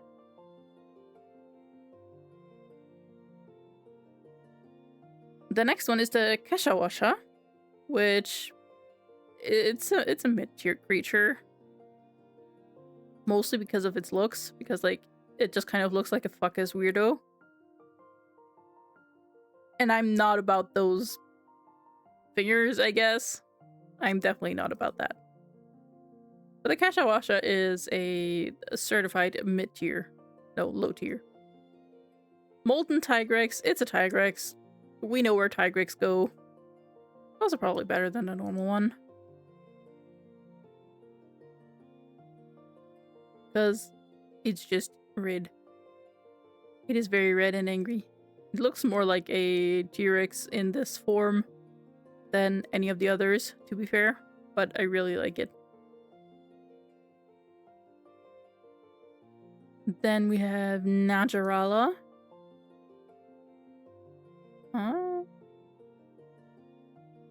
I'm blind. There it is. It's just kind of a small version of the Dalamadur. But Dalamadur looks a lot better. Hence, Najarala goes into the mid-tier because it just looks like an overgrown snake. Orochi Kirin goes into the amazing tier because it is the worst cousin of the Kirin. But also the color scheme looks really cool.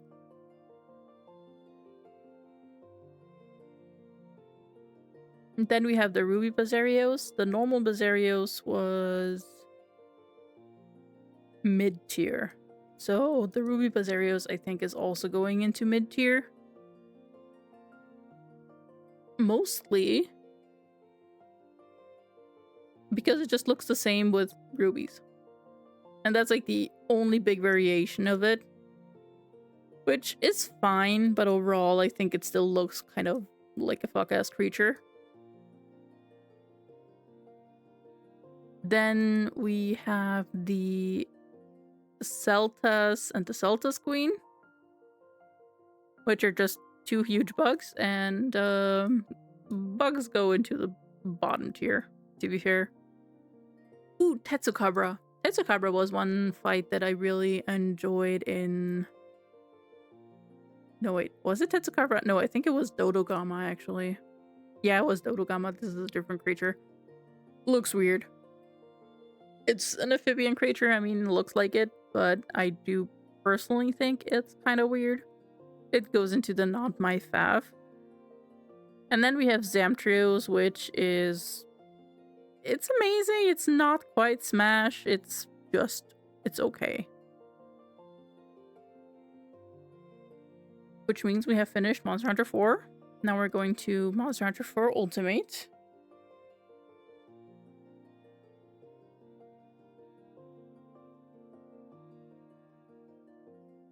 Okay, time to find everything. We have Black Gravios, I think we didn't have yet.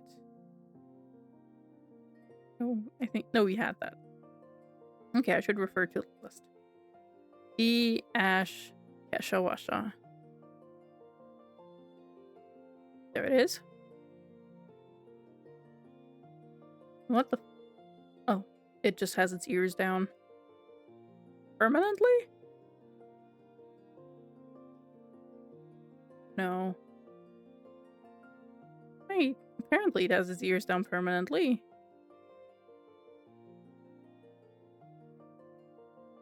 No, it's only...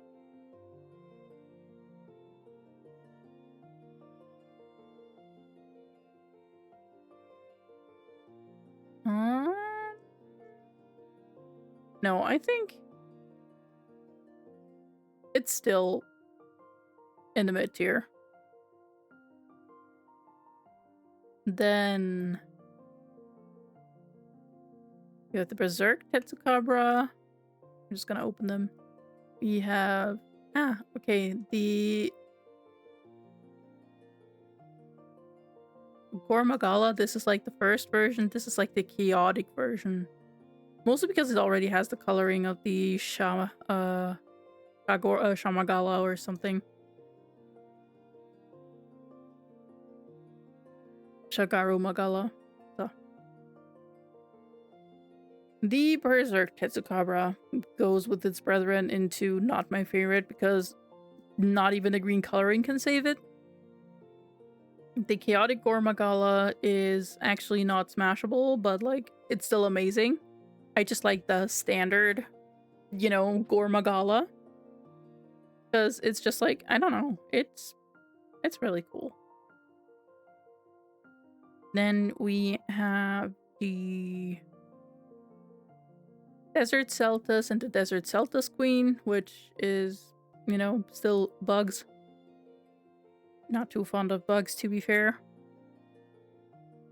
The next one is Gogmatios, which is actually a cool one.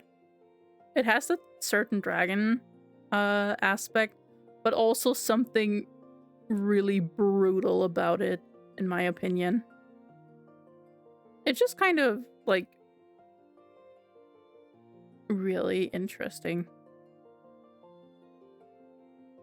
Like, I feel like there's a certain brutal vibe about it. It might just be the coloring of it, but I think it's actually really interesting.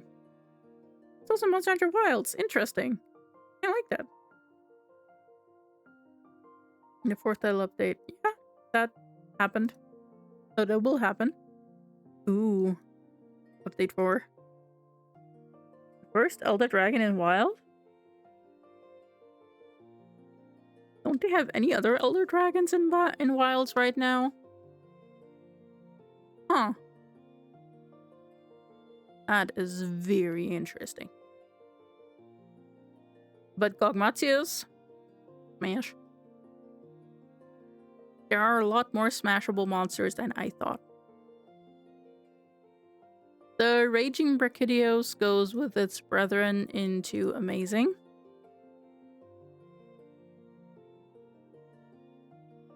Because, like, there is, you know, not much else to say. Ooh. The Ice Blast. The Raging one, yeah. It's about the same, just a little bit of a more reddish coloring instead of the standard blue-green. I love that there's an Evangelion Brachydios, apparently. The Ice Blast also looks really cool.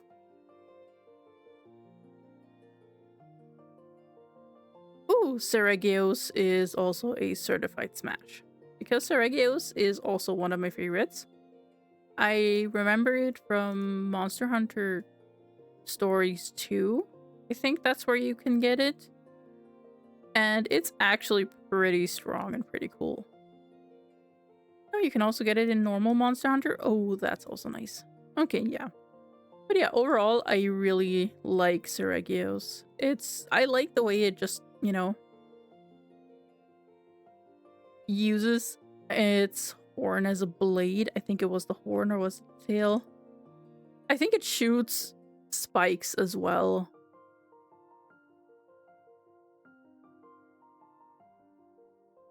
Okay, we have the Shah Dalamadur, which is a variant of the normal Dalamadur, and it looks even more nasty than the other one, which, you know, we know where the other one went. We know where this one is going. Where did I put it? Here. I like the normal one a little better from the coloring, because it looks a lot more imposing than the white on red. It looks more like an albino, but that is okay. Then we have the tidal Najarala. That's it. It still kind of looks like a fuck-ass snake. With legs, apparently. So it's going into mid. And Tiger Stripes Samtrios. I mean, it goes with the Samtrios. Because Samtrios overall are fun. Yeah, I remember they can just bloat their stomachs like this. It is very interesting. Also that mouth though. But yeah, Zamtrios are overall very fun. I just actually really enjoy them. I just like Tetsukabras, which they are kind of related. They're amphibians, so yeah. Monster Hunter 4 Generations.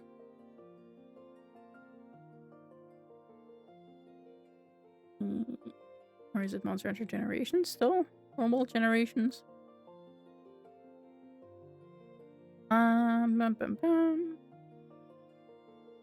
Yeah, it's Monster Hunter Generations. Okay. We have... No. Oh, it is. Okay. I just didn't see it. Astalos. I think I remember something about this being really cool. Let me just look for a moment.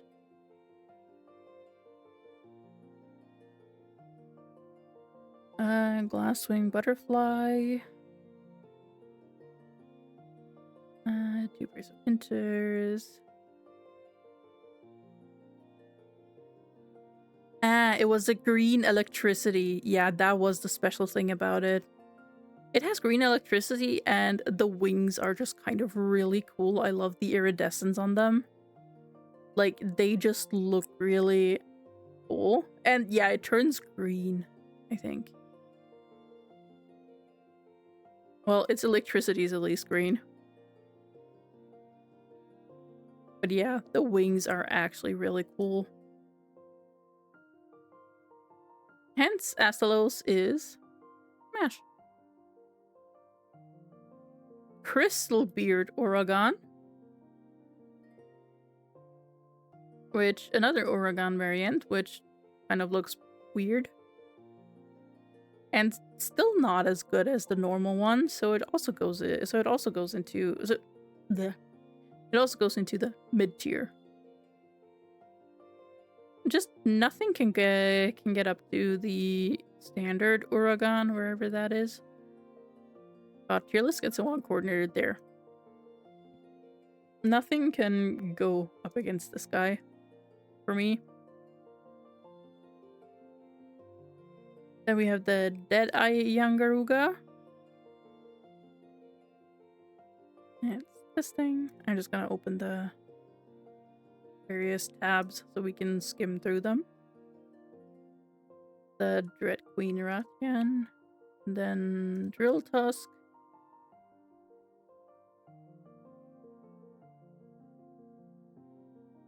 Gammoth. I remember Gammoth. I think I played Monster Hunter Generations actually. I didn't really play it. I just kind of tried. And then just kind of forgot about it. No, wait, it was on the Nintendo 3DS and I got a headache from it. That was it. Because I don't know, sometimes Monster Hunter art style gives me headaches. Don't ask me why, I do not know. Yeah, this is a creature where there was Glavenus as well, and Glavenus is really cool. Great Macau. Grimclaw Tigrex.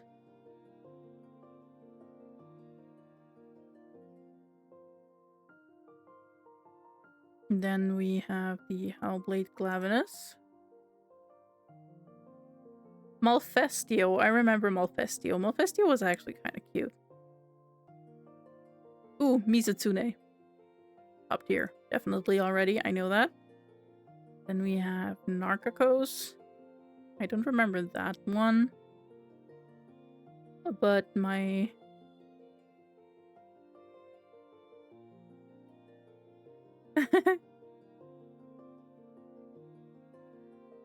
what you thinking about, Gil? And Red Helm. Atsuros. Silverwind, Snow Baron, Stonefist, Thunderlord.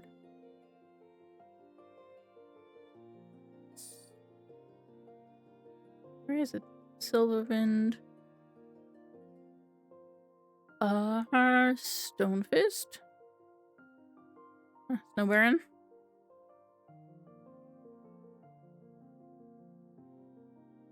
And Thunderlord. There we go. Okay. So we have the Deadeye Yangaruga. Yeah, just because it has a glowing eye. That is its most defining trait. It goes into... Where was the other Yangaruga? I think I put it here. Yeah. It just goes into mid-tier because just like it doesn't really bring much variation. So the Deadeye Yangaruga just goes into mid-tier mostly because it doesn't bring that much new stuff to the table. Dread King Rathalos. Welcome back, Jammed. But yeah, Dread King Rathalos just kind of looks normal.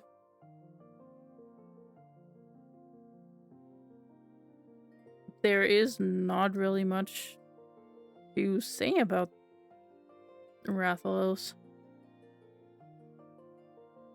The Dread Queen Rathian just definitely looks a little different, but like the Rathalos just kind of doesn't really, the Dread King doesn't really bring much to the table.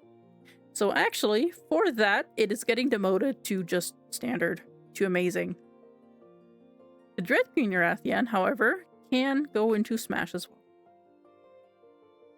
They are from Monster Hunter Generations, which was a 3DS title, if I remember correctly. 4th generation. Huh.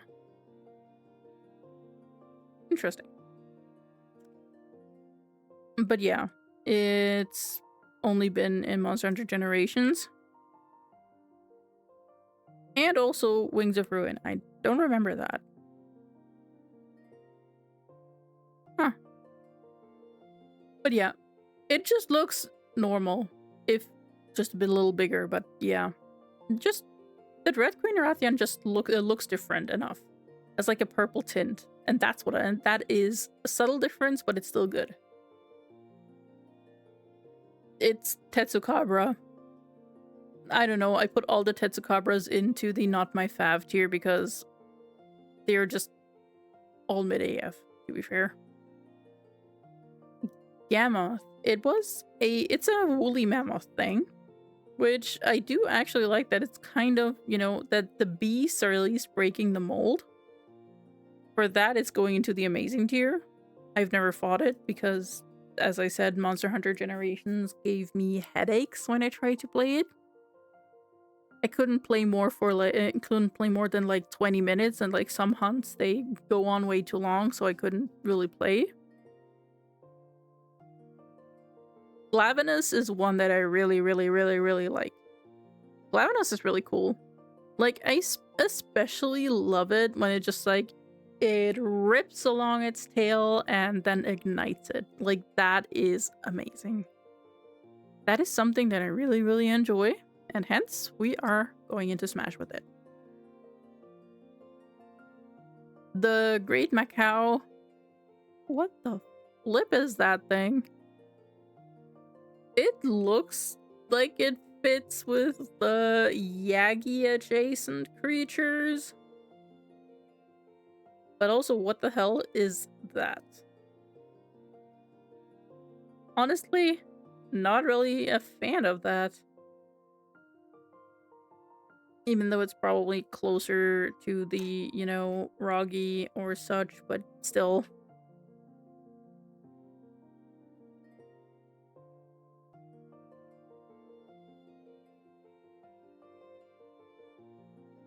The next one is the Grimclaw Tigrex. It's a Tigrex variant. It's just that it's more blue than orange and has like blue wings, which is fine for a Tigrex, I think. It's still lower than the standard Tigrex, though. The Hellblade Glavenus is basically the very on fire thing. The very on fire Glavenus. Actually, the normal one just sharpens its tail.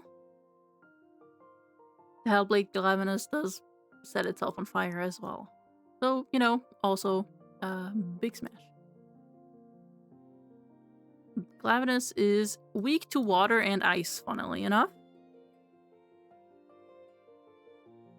Oh, the acidic Glavenus, that's what I was thinking about. This guy sharpens its tail, makes it full of acid, vlop, kills you. I remember this one. Yeah, it came into Monster Hunter World. I really liked that one, actually. Which means I can just, where is it? The acidic Glavenus. There it is. You can go in Smash. Ah, nice burn. I'm already here. Monsters. Oh, we're just gonna finish the other one. Well, Festio is also pretty cute. It's just an owl. It's an oversized owl. But it's very cute. Hence it's going into the amazing tier. I think it was also one of the big 4 flagship monsters from Monster Hunter Generations. It is a very cute big owl. But it's also kind of a fuck-ass bird because it just puts you to sleep. That was the worst thing about it. Mizutune, smash. Can't say anything else. Mizutune is always a smash. It's a fox. What do you expect? I think it's somewhere up here.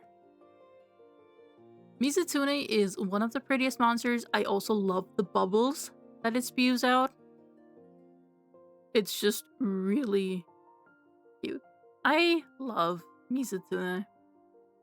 It's so pretty. And looks also fluffy.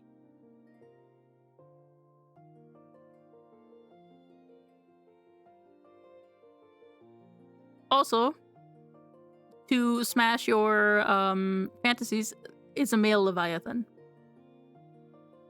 All Mizutsunes are male.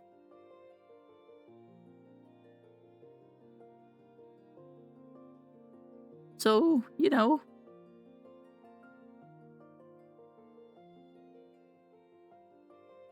I mean, yeah, but still, Mizutsunes are still all male.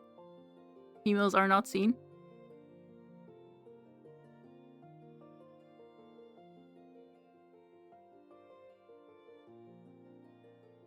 But yeah, Mizutune is really, really pretty.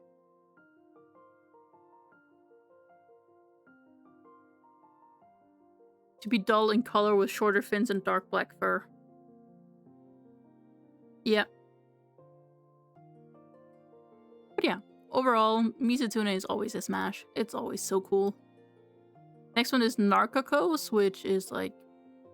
What is that supposed to be? It's a phalopod-like monster, glowing yellow eyes, massive sharp beak. Okay, it's a creature.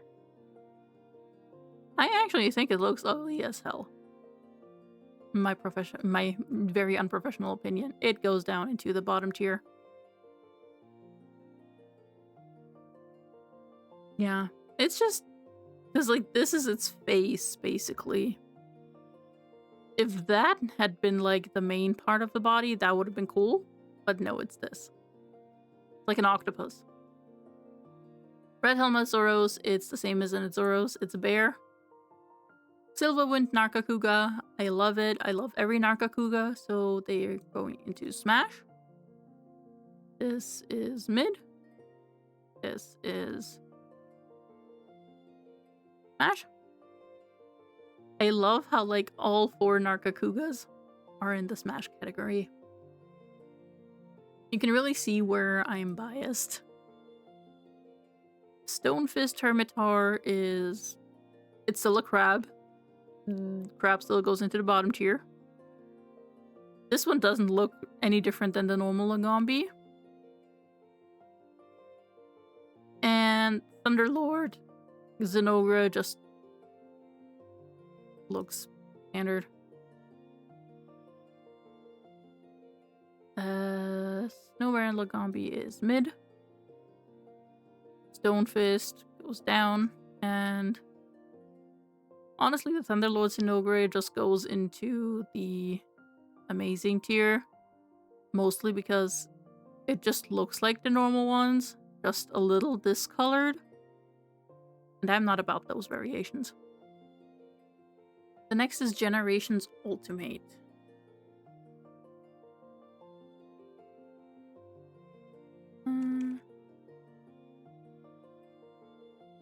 I think it was Generations Ultimate. Yeah, Monster Generations Ultimate. That is monsters.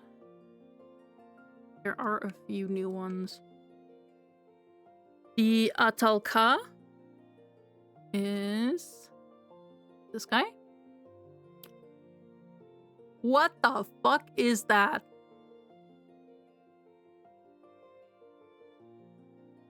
It's a bug. Okay, it's a large insect monster, Devil's Flower Mantis. Yep, nope. Bug. Then we have the Bloodbath Diablos. I mean, it's a Diablos. It also looks more dangerous than the Black Diablos, which I did think could be possible, but it does. They're here. You go here. Then Bolt Reaver Astalos is the one that is like actually kind of green and goes even greener. Smash. Elder Frost Gammoth.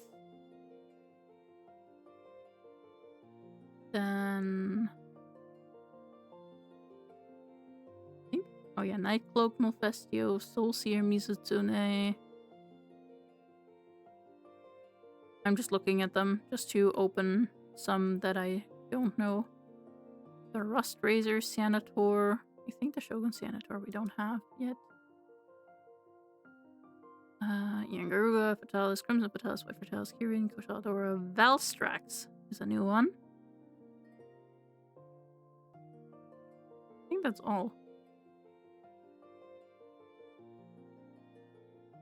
Yeah. So the Elder Frost Gammoth is an even bigger, badder, and more brutal looking mammoth. Which I did put them in amazing tier, and this one is going on the higher end of amazing tier. The Nightcloak Malfestio.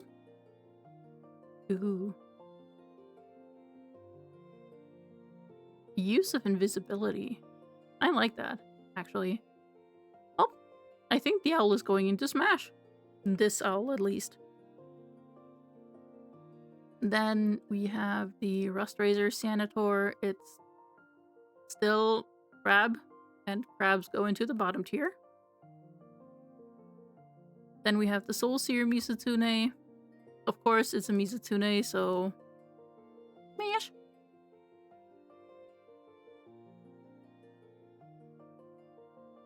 Yeah, those crabs. I don't know.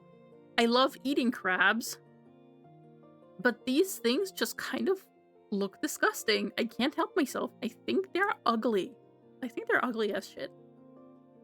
And then Valstrax. Ooh. Oh, this is kind of cool. I think it has like a beak. It has a beak and something. Oh,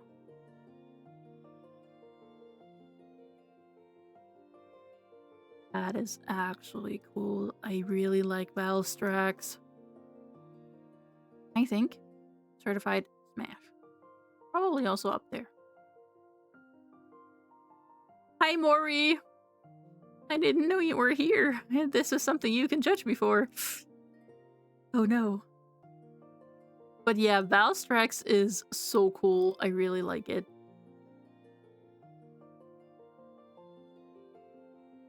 It just looks really, really cool. I honestly, probably one of my favorites right behind Kushaladora. I'm not gonna lie.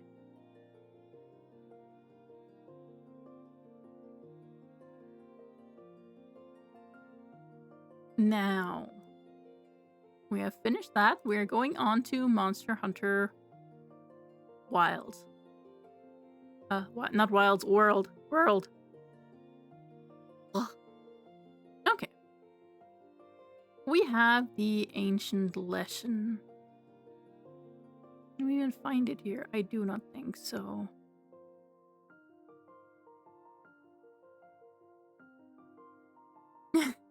That is so valid, Maury. We're on the same page here.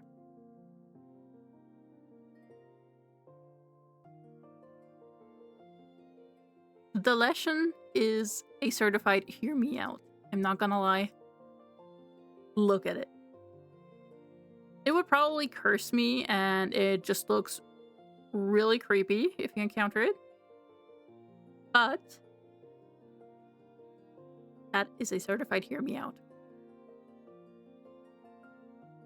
And now we go to the monsters in general. We have the Anjanath, which at first I really liked it. Now I like it a lot less. It's still amazing. It's still very distinct. So it's going into the amazing tier. But it's just, you know, not that great. Basil, the bomber. It's the carpet bomber. I love the carpet bomber. I love my carpet bomber, and I would smash the carpet bomber. I will be honest. Bye, CJ. Thank you for being here. I really appreciate it. Hope you have a great rest of your time, day, night, whatever it is. But yeah, Basil is a very high smash. The funny thing is, in the D&D server that I've been in, I was like, okay, since we have like a pet system and like, you know, creatures you can tame, like a taming system. I put in from the homebrew book, I put in this guy, and I was just like, I want a carpet bomber. To, you know, be able to tame a monster, you would kind of have to demonstrate that you can take the monster on solo.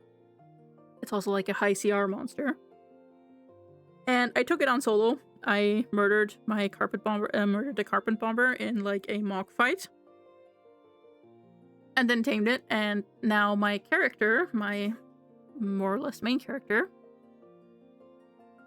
she has a carpet bomber. Like, that is, she literally flies around on a carpet bomber, and I find it so fucking funny. I love Basil Goose. It's just so cool. Ah, the behemoth. Ah, the very, very bad behemoth. That was a fight to behold. I remember doing this fight. I hated it so much. But it was also so cool, especially with like the meteor and everything, the impact frames and all. It's really insane.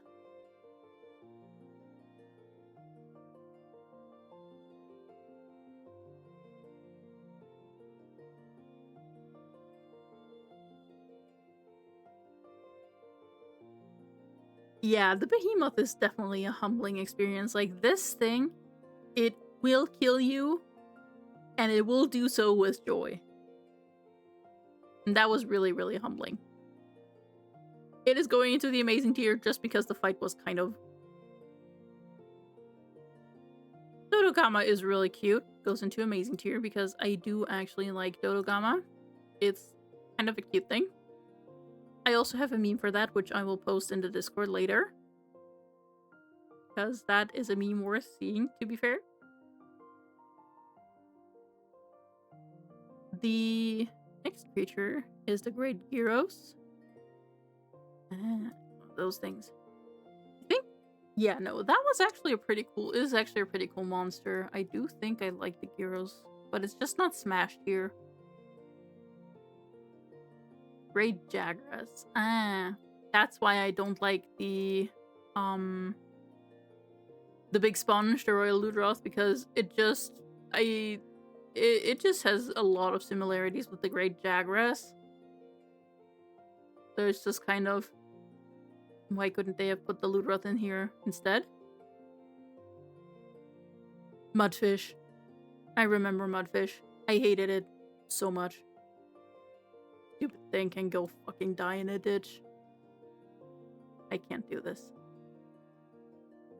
Kuluyaku is actually so good. It's so good. I love it. It's amazing. Kuluyaku is really... I find it so funny. Because I really think it's... I also really associate it with one YouTuber. Because, like, he is... You know... He uses a Kuluyaku basically as an avatar, which is kind of really funny. His name is PigPig. And he made a Library of Ruina video recently, and also almost a year ago a Lobotomy Corporation deep dive. So that's why it just kind of, you know, it stuck in my mind. I really like Kuluyaku.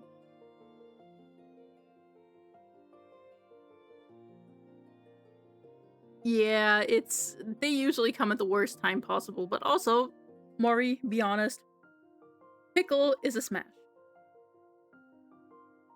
Have a good night, Jammed. I appreciate you staying here. Thank you very much. I'm sorry I streamed a little later than usual today. The Big Pickle is a smash. It's the smashiest of smash. Damn. Okay, Pulvaturo actually goes into not my fav.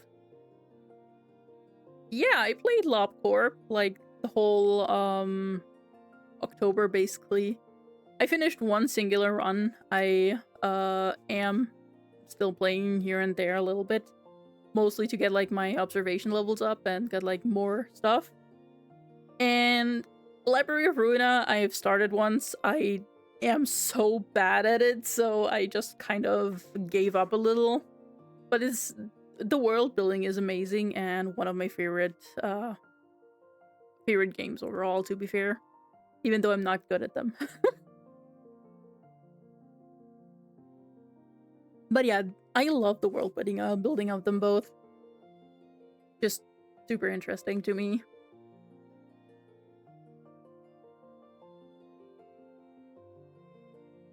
I made it to day 45.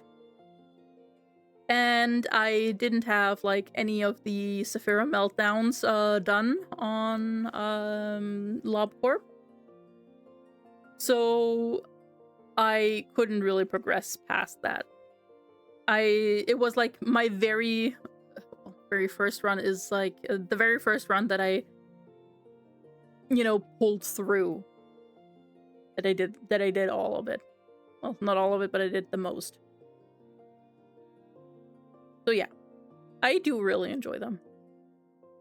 Like, I remember thinking in LobCorp that nothing there would be the one to ruin me. And in fact, no, nothing there is actually a super chill homie if you designate one nothing there tank for them. That's it. And that's why nothing there is actually kind of a homie. But the one thing that will fuck you up is the silent orchestra. That thing will murder you, and you do not get any say in it. Yeah, no, I still have to, like, get to 100% and everything. The totally normal tier list is going well, Gil. We have a lot in the Smash category, but, like, a lot of them are variants of each other. But yeah, overall, it's, as you can see, it's going kind of well, it's going kind of good. Ooh, the next one, after Kuliku, is Legiana, and Legiana is a certified Smash.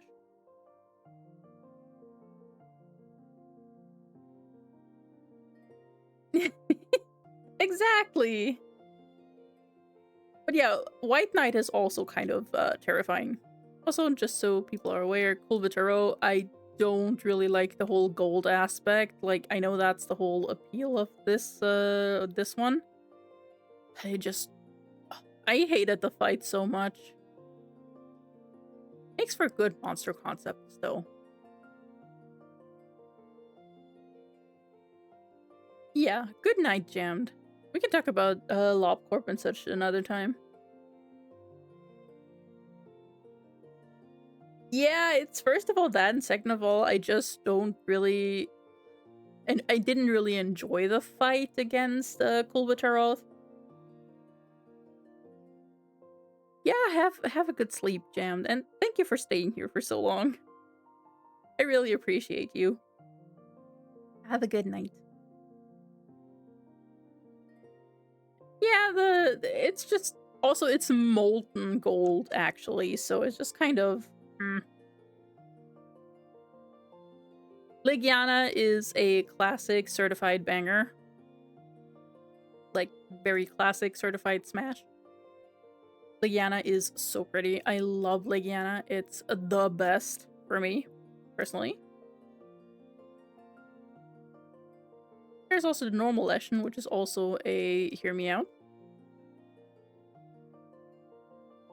The next one is actually Nergigante already, which, it's kind of a spiky creature, but it's also a Smash. I'm not gonna lie. Nergigante is also a Smash. It's also even probably above Rathalos for me.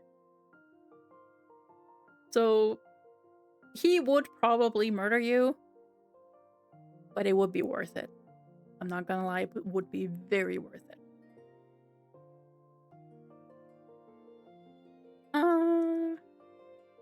Odogaron is also a Smash.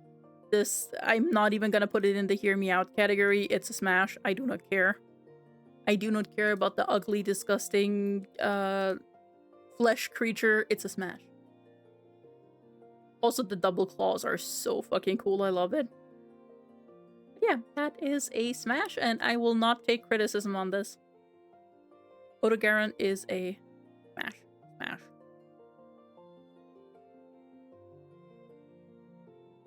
I love him. I love Odogaron so much. Like, they're so cool. Also, there's a pickle. But yeah, certified Smash. Also, I can already say Val Hazak is also a big Smash. One of the top tier Smash for me. Right after... No, even before Alatreon. Just so...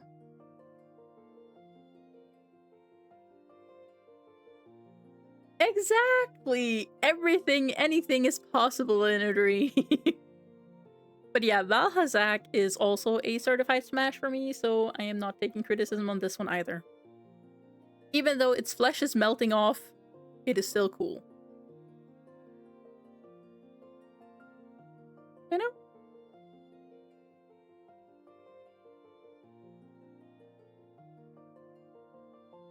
Glad we spoke about that. The next one is Paolumo, which I like it a lot when it looks like this. I hate it when it looks like this. So the fluffed up version is good. I like the fluffy version. The fluffy version would be a smash, but the problem is it just doesn't really, you know, go there that much. At first, it just bumbles around all fluffed up, and then when you fight it and you kind of break it, I guess, it just kind of looks super duper ugly. Like, look at this thing. Fluffed up, kind of cute, very very sweet, but then this. This is a certified not banger. Sadly enough. But Paolumo is actually really cute. Normally. When it's fluffed up. Puke is a hear me out. Because you need to look at that tongue. It's like, it's another Venom situation. Just like the Chameleos. It's a Venom situation. That tongue can be used for greatness. I'm pretty sure. Hence, Puke goes where it is in the Hear Me Out. Radobaan is a smash. I will not take criticism on this one either, even though it's probably too spiky. It's basically a Uragaan, but with like bones protruding from it instead of like stones, which I actually like more than the standard Uragaan.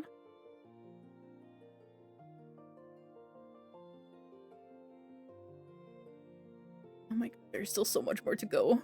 I think I'm gonna have to make part 2 of this. Because I'm gonna finish the Monster Hunter World and Monster Hunter World Iceborne one. And then the rest, I am going to do on another date. Because I can feel myself getting a headache again. We are going to finish the Monster Hunter World section though. Which, the next one is a Tobi-Kadachi. Which is this. Which, actually, I really like Tobi-Kadachi. Just not a smash for me, it's just amazing. Goes with the Paolumo, to be fair. Tzitzi-Ya-Ku is actually also amazing. I really like it too. I just hated fighting it because it would blind you. Or the worst part was when you were fighting.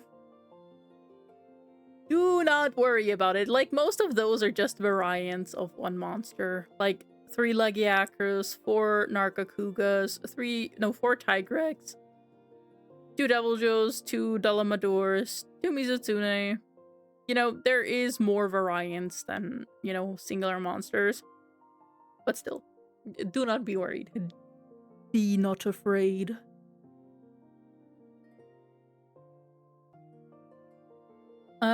The Tzitzi-Ya-Ku is only amazing, mostly because this fuck-ass creature, I hated it so much when it would blind me when I was trying to hunt a different monster. Like, I was in the middle of a fight, this creature strutted up, blinded me, and then I fucking died. Like, this thing ruined my life. Very many times. Very many times. So it's only going into amazing tier just because of that. Xeno'jiiva is smash. High tier smash. It is very stylish, it's just a fuck-ass creature that blinds you. Hi Zariel, how's it going? No, I think he's just side-eyeing me as well. I think it's mostly directed at me. But yeah, Xeno'jiiva is amazing. I love it. It's such an interesting concept of a dragon. I just really, really like it.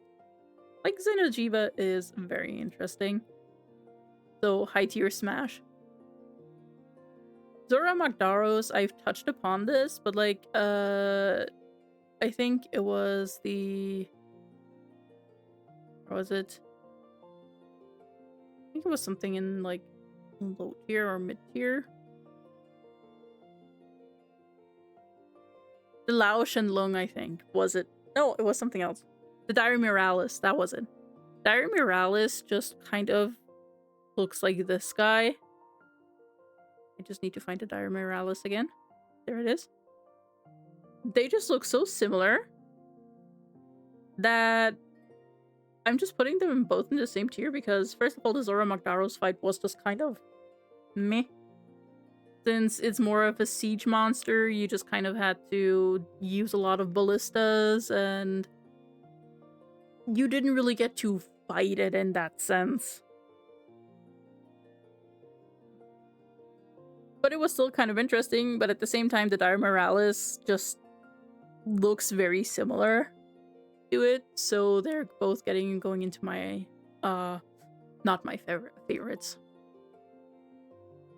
Like, where is it? The Zora Magdaros.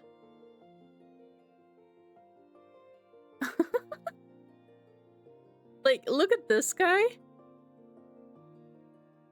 And then look at this guy.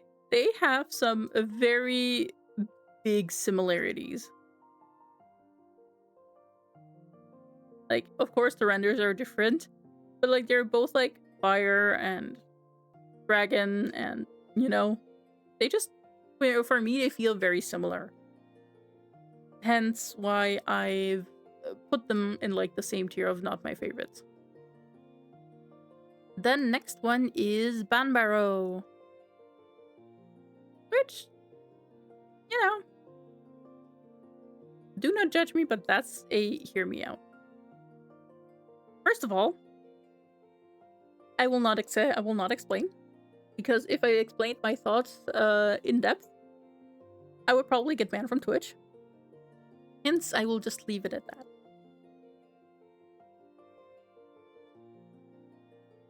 I will not explain any further.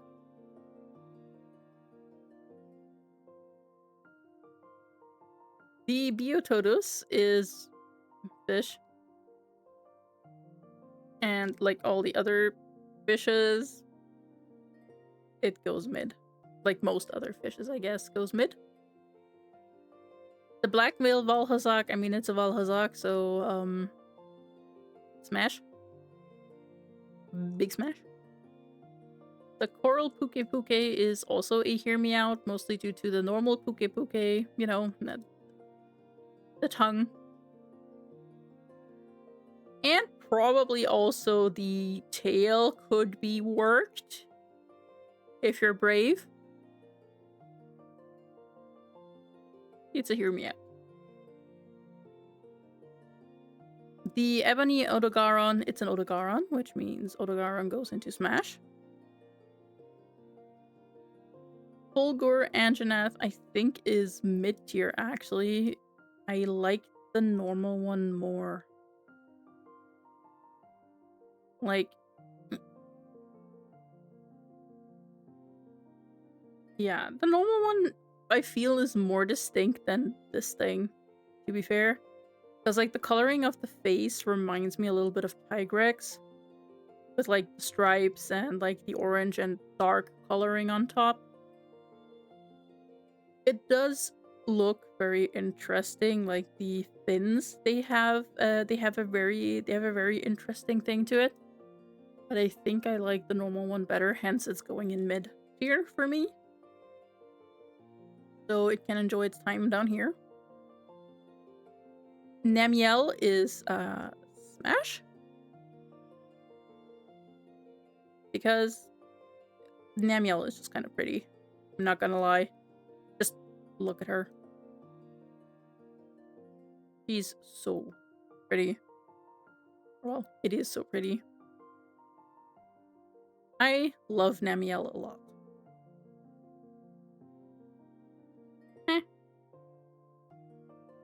Then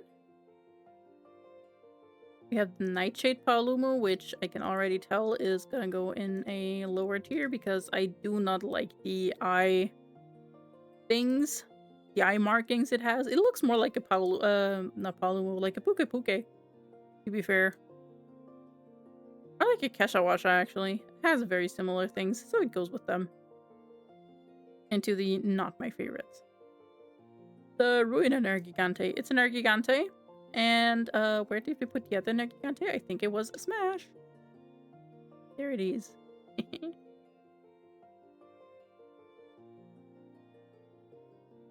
Definitely a smash. I mean, look at this thing. It would probably smash you to pieces as well, but like, you know, it is a good one.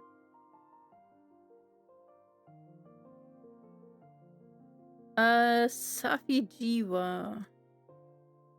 Isn't that like the finished version? Because like, I think there was a... I know, yeah, it was the first version of Shara Ishvalda, I think.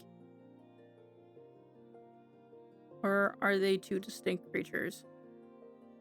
No, there are two forms of Shara Ishvalda, that was it. But yeah, Safijiwa, it's a dragon.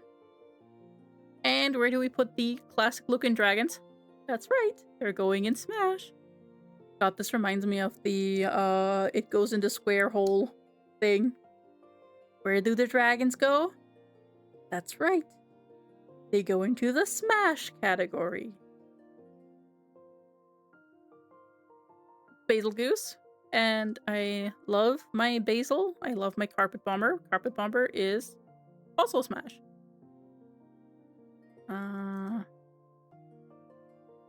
Here is my beauty.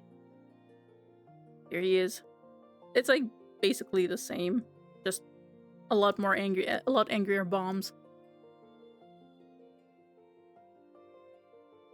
Then Chara Ishvalda. I actually hate that face. I do not like that in the least. It just looks very off to me. I don't know, there is something about it that I just don't like. Might also be the proportions that feel off because like the head is so small and the face is also kind of weird. So Shara Ishvalda, I am sorry, but I can't do this. And then we have the Shrieking Legiana. It's a Legiana, of course. You know where we put those? Also into a Smash. Velkhana is such a classic ice dragon. Where do we put it? Meh. Also because just look at Velkhana. Like just take Velkhana in. Like that face screams Smash. That is the Smash of all Smashes. Like just perfect. That is peak beauty. Now we have the Viper Tobi-Kadachi, which is Tobi-Kadachi, but more orange. I do like Tobi-Kadachis, but I think the Viper Tobi-Kadachi is like in the low amazing tier.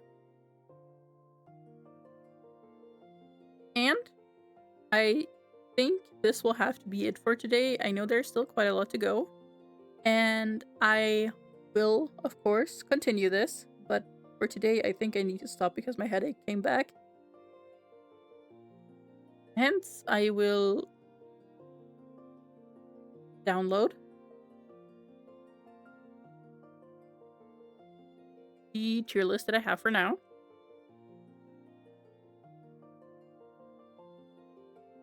Right here. So we've done everything up to Monster Hunter World Iceborne DLC, which means we are now going for Monster Hunter Rise. Then I don't know what the it's Rise something, and then we're on in the Frontier world, which is like the Japanese only release, I think, if I remember correctly.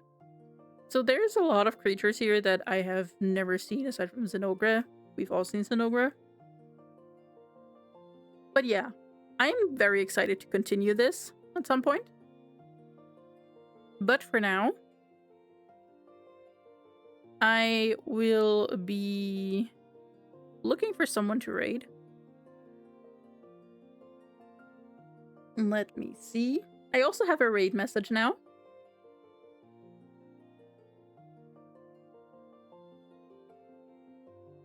That is, you know, my raid message, the pillow fight. Because I think it's, first of all, cute. Second of all, it's very interesting. And it fits with the theme. Exactly. But yeah, so I'm going to look for someone to raid. Tizzy is streaming. I think I'm gonna send you guys over to Tizzy again. She's been at it for 4 hours already. Holy shit.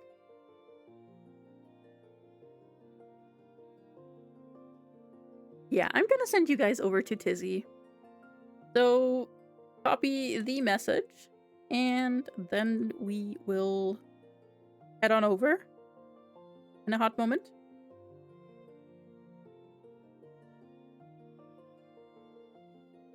Yeah, I'm going to shove you back into her basement. But yeah. Thank you all for being here with me, for, you know, staying despite my very strange creature tastes and everything, and listening to me talk about my experiences with the monsters. Not that I have that many in game. But yeah, thank you for talking to me, for participating a little bit as well. And with that, I hope you have a great time zone, day, night, whatever cycle it is. So let's meet again in the waking world. Bye bye.